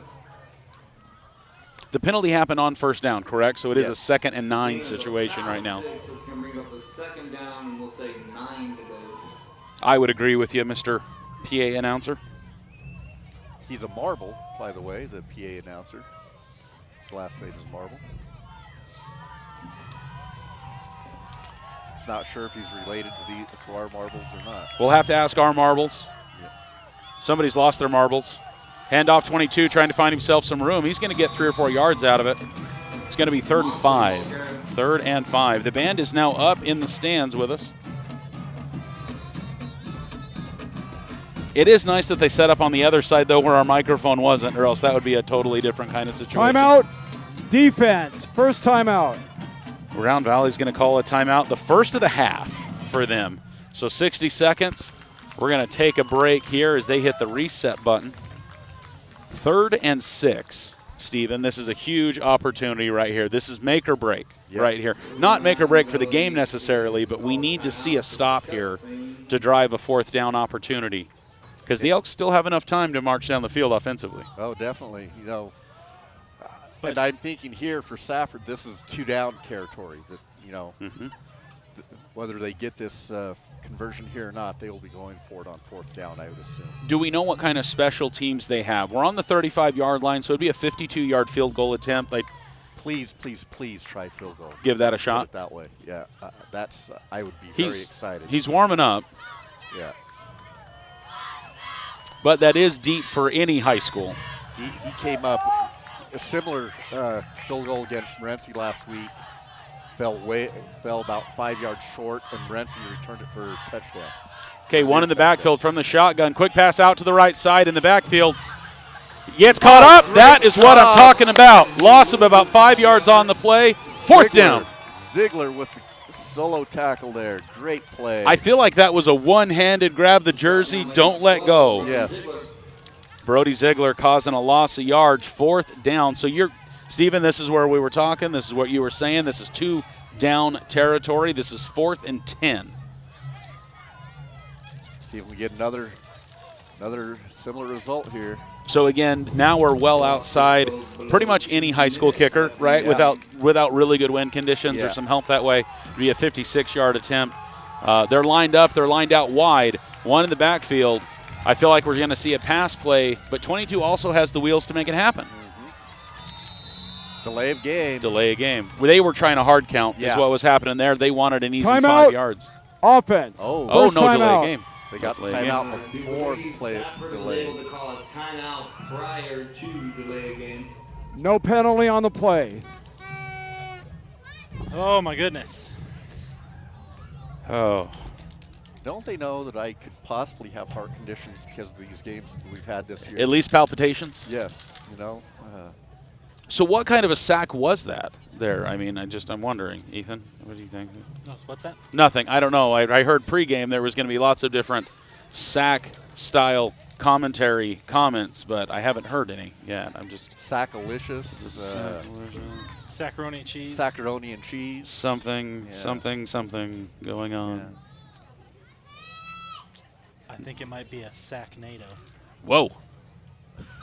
Oh, that was a good one. That was a good one. 4th and 10. What is Safford getting ready to do, Stephen? What does the Elks defense need to be prepared for? I would look for a double move. Be prepared for something special? Do you think they're going to try? They run it out, pump fake, and then turn and go. You know, that's always something that, you know, we're. Is this the world's longest timeout? Yeah. Just for the record? We've got to be careful as well, because the quarterback has shown that he's capable of 1st downs on his own. Yeah. So if he scrambles and decides to run for it, Round Valley can't get too spread out to where he can make that 10 yards. Yeah. They got to keep their lanes, keep him contained in the pocket. Oh, somebody's dropping a bunch of hearts in chat. Do it. Hit those emojis. Smash them. Back to the Facebook days. Smash those emojis for the Elks. 4th and 10. Got trips right. Minute and a half. We are heavy to the right side, 1 to the left. Quarterback looking to the left, adjusting his receiver to behind, back to an I. Quarterback takes it, fakes the pitch, rolls. He's looking. Got outside. Passes up. They're calling that complete. I mean, that looked like that was on the ground to me, but seemed like a similar situation what we saw earlier in the game. Let's see if we can see anything different on the replay here. Quarterback in rolling out to the left side, lots of pressure. He's able to get the pass off. Oh, he did. He got it. That was a nice catch. Looks like he got his hands under it. Yeah. Yeah. 117, first down. The Elks have to stop from the score. Quarterback gets confused. The runner wasn't where he was supposed to be. Incomplete. So did you guys see that? That is definitely not what the quarterback thought was going to happen. Yeah. Yeah. 1:08 left in the ballgame, tied 21-21. If only he knew if he pulled the game up on his phone, he could also see the same. I don't. Not that I don't want him to come up and hang out. Like, I'm enjoying this. Really am. 1:08 left in the ballgame, 2nd and 10 after an incomplete pass. Did you guys think that there was confusion there? The quarterback was expecting the running back, and he wasn't there. Quarterback tried to make some lemonade out of it. We're going to hand off to 21 left side. He's got the hole. Maybe not short of the first down. The clock is running less than a minute. I'm not sure how many timeouts we have each. 3rd and 1. This has got to be some crazy Elks defense. This is not how you want to see a game end. Nope. All right, big defense, big defense. 40 seconds on your feet, Elks fans, wherever you're at. Let's see it. They're crunched up, one out to the side. Hand off. Oh, they stopped him up. That is definitely not getting to the end zone. Definitely not a first down. We're looking at 4th down. Are we getting a timeout? Timeout. Offense. Bulldogs. Second timeout, 1 left. Bulldogs call a timeout with 25.9 seconds left in the game. 25.9 seconds. We'll see. We'll see if we have the newest world's longest timeout. Let's see what happens. And that'll be a 4th down, I believe. 4th and 1, which positionally for them gives them 1 extra if they did get across. Then you've got 1st and goal, right? If you just get the yard. But 4th down, huge stoppage opportunity right now for the Elks. It's showing 3rd at the marker, but it is 4th down. Call Scott. Call Scott. We can't get in the middle of that business, but I'm pretty sure it is 4th. There we go. It's 4th down. There we go. Yeah. I just wanted to make sure because I thought, no, that's the quarter. Yeah. I don't know. Yeah. Yeah, didn't want any 5-down situations on the goal line. Don't need a 5th down at the end of the ball game. No. Do not need that. Guys, it's a tie ball game. Wherever you're at, if you're in your sweats at your TV, I don't care if you're watching, if you're at a restaurant, on your feet, start screaming and yelling. It is 4th down, 1 yard, 25 seconds left on the clock. Tie ball game. The Elks need a huge stoppage. Oh, we're going for a field goal. Ooh.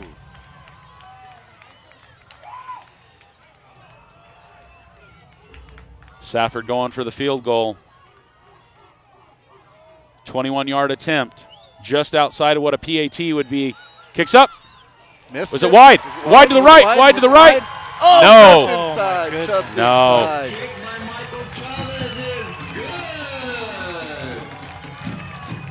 So we got enough time for the hook and ladder. Yes, definitely. Take another look at it. From our perspective, it was tight to the right. But it is that gentleman on the right side. He's the one to see it. Yeah, that looks good. Yeah. That looks good, but it was far to the right side. I thought we were going to get something out of that. 22.3 seconds. Your Elks trail by 3.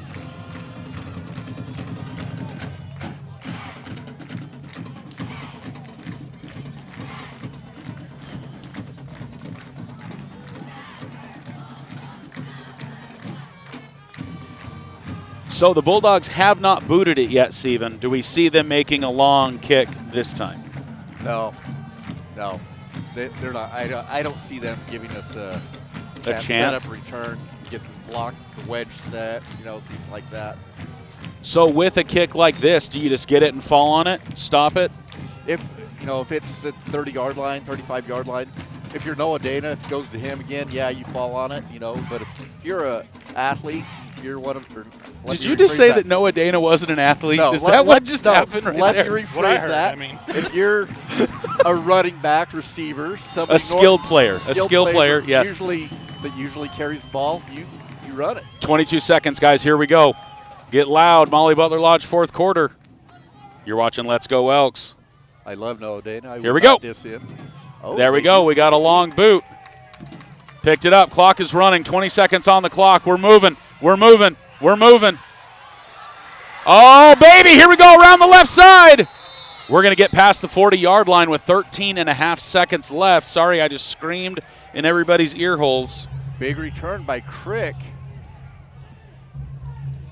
13 and a half seconds. How many timeouts? We have 2, I think, correct? I think we've only called 1. I think.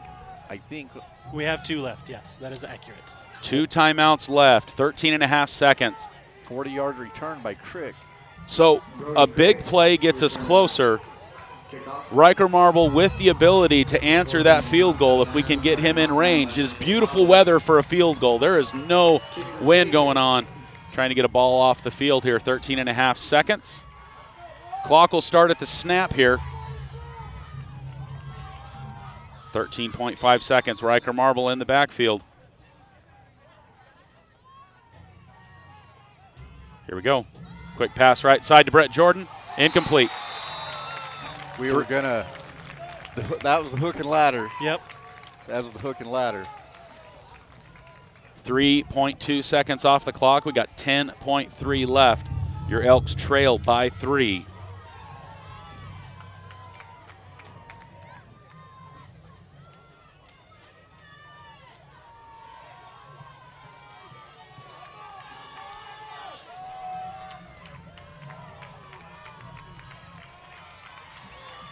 Elks lined up, 10 and a half seconds. Marble from the shotgun, quick pass left side now. Brett Jordan gets out of bounds, 6.2 seconds. It's going to be 3rd and about 5 yards. We have to see a big, quick play, or we've got to get to the end zone in this play. Yeah, and Safford playing too deep. Basically prevent at the high school Prevent level. defense, yeah. 6.2 seconds left to go. Ball on the 48-yard line, midfield. 24-21. We need to see at least a 10 to 20-yard play to get anywhere in field goal position. This may be the last play of the game. Oh, no. Riker Marble out to 4.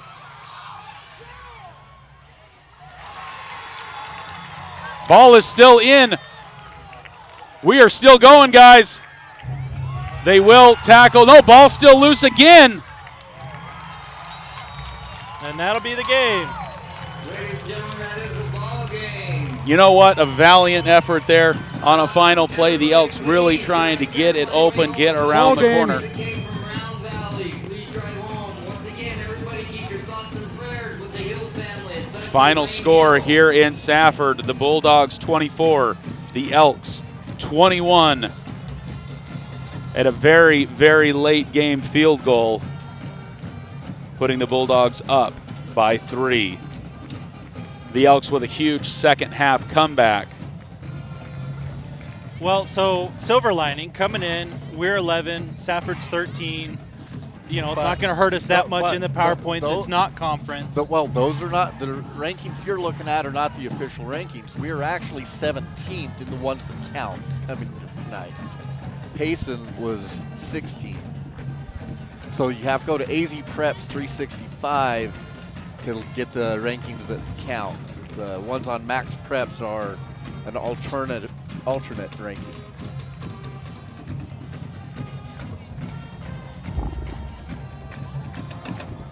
So this will probably drop us.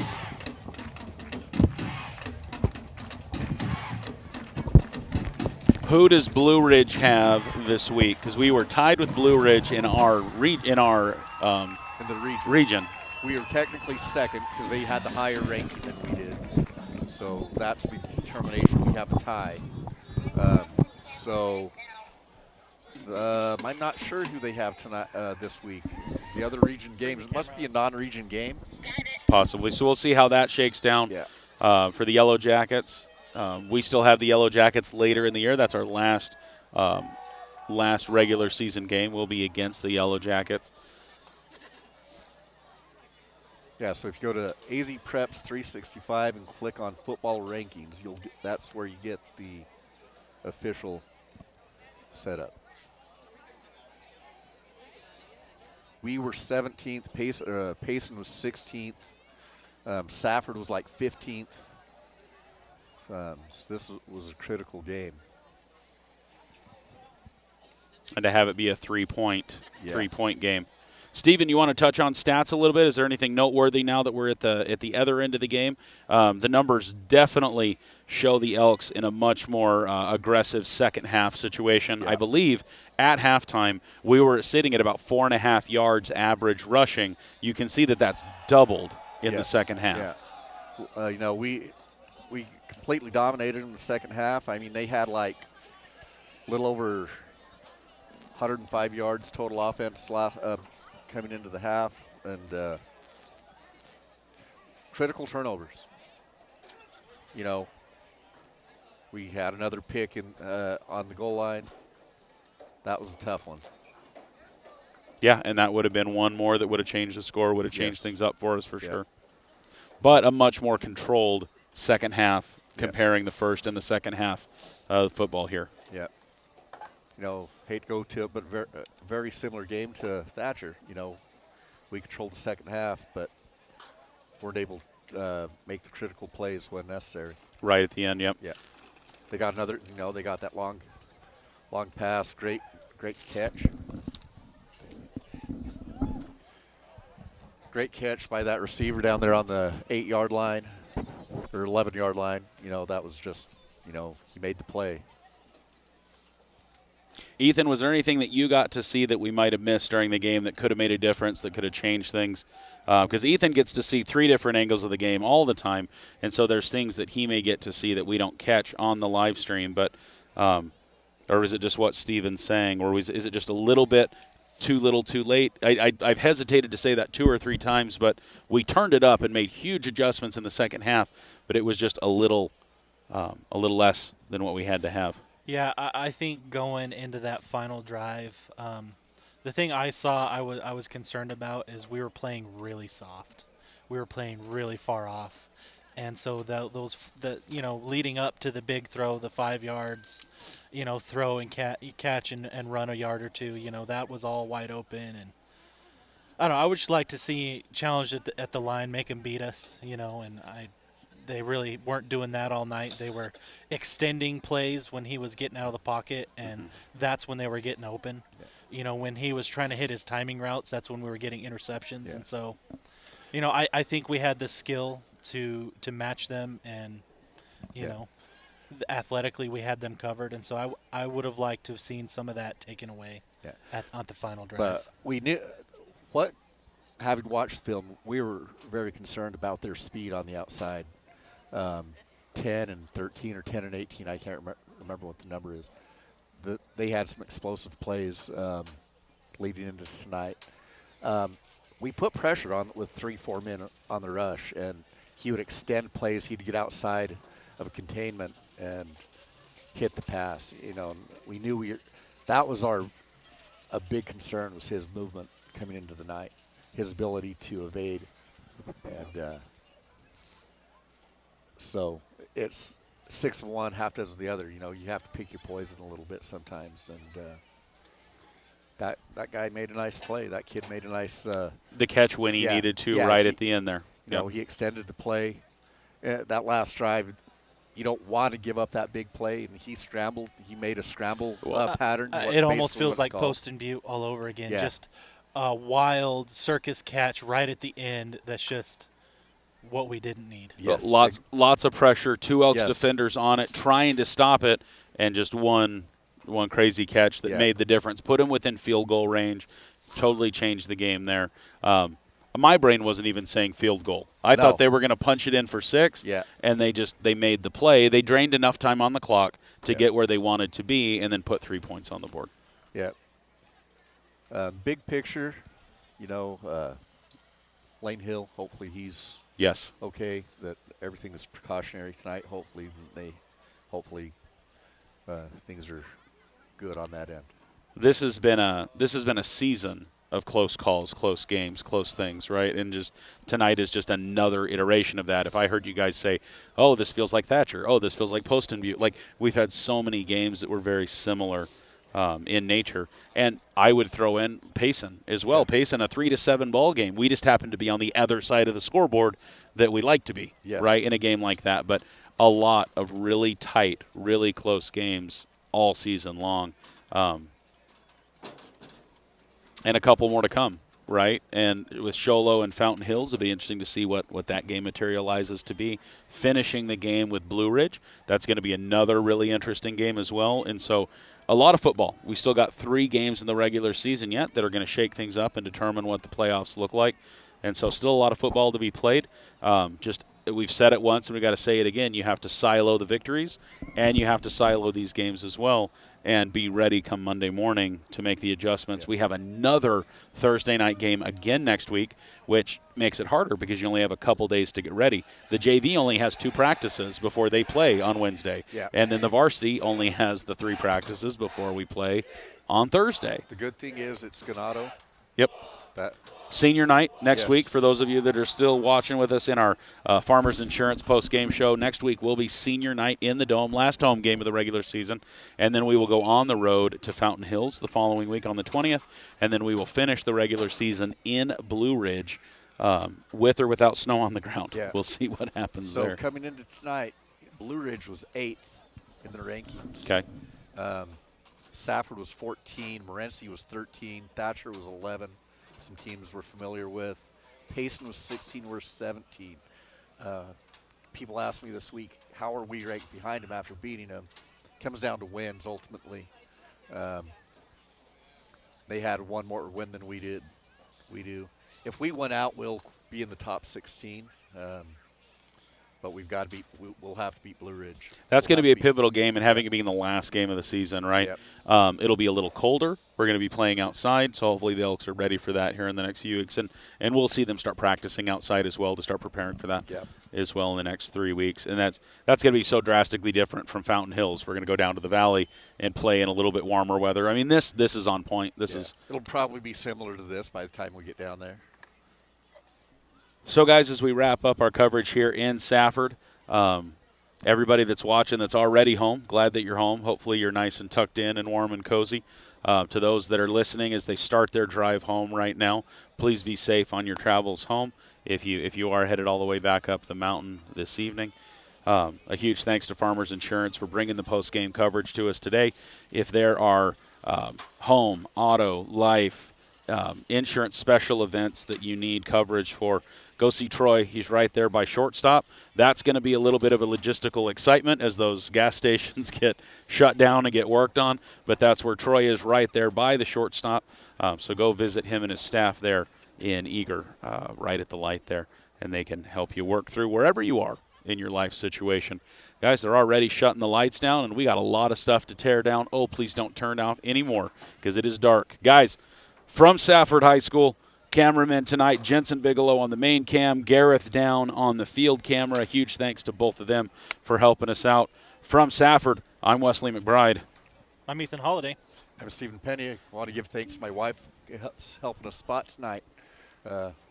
Don't always have that. So Andrea with the binoculars helping us out that way. Guys, be safe. Have a wonderful weekend. Make good choices. You've been watching Let's Go Elks.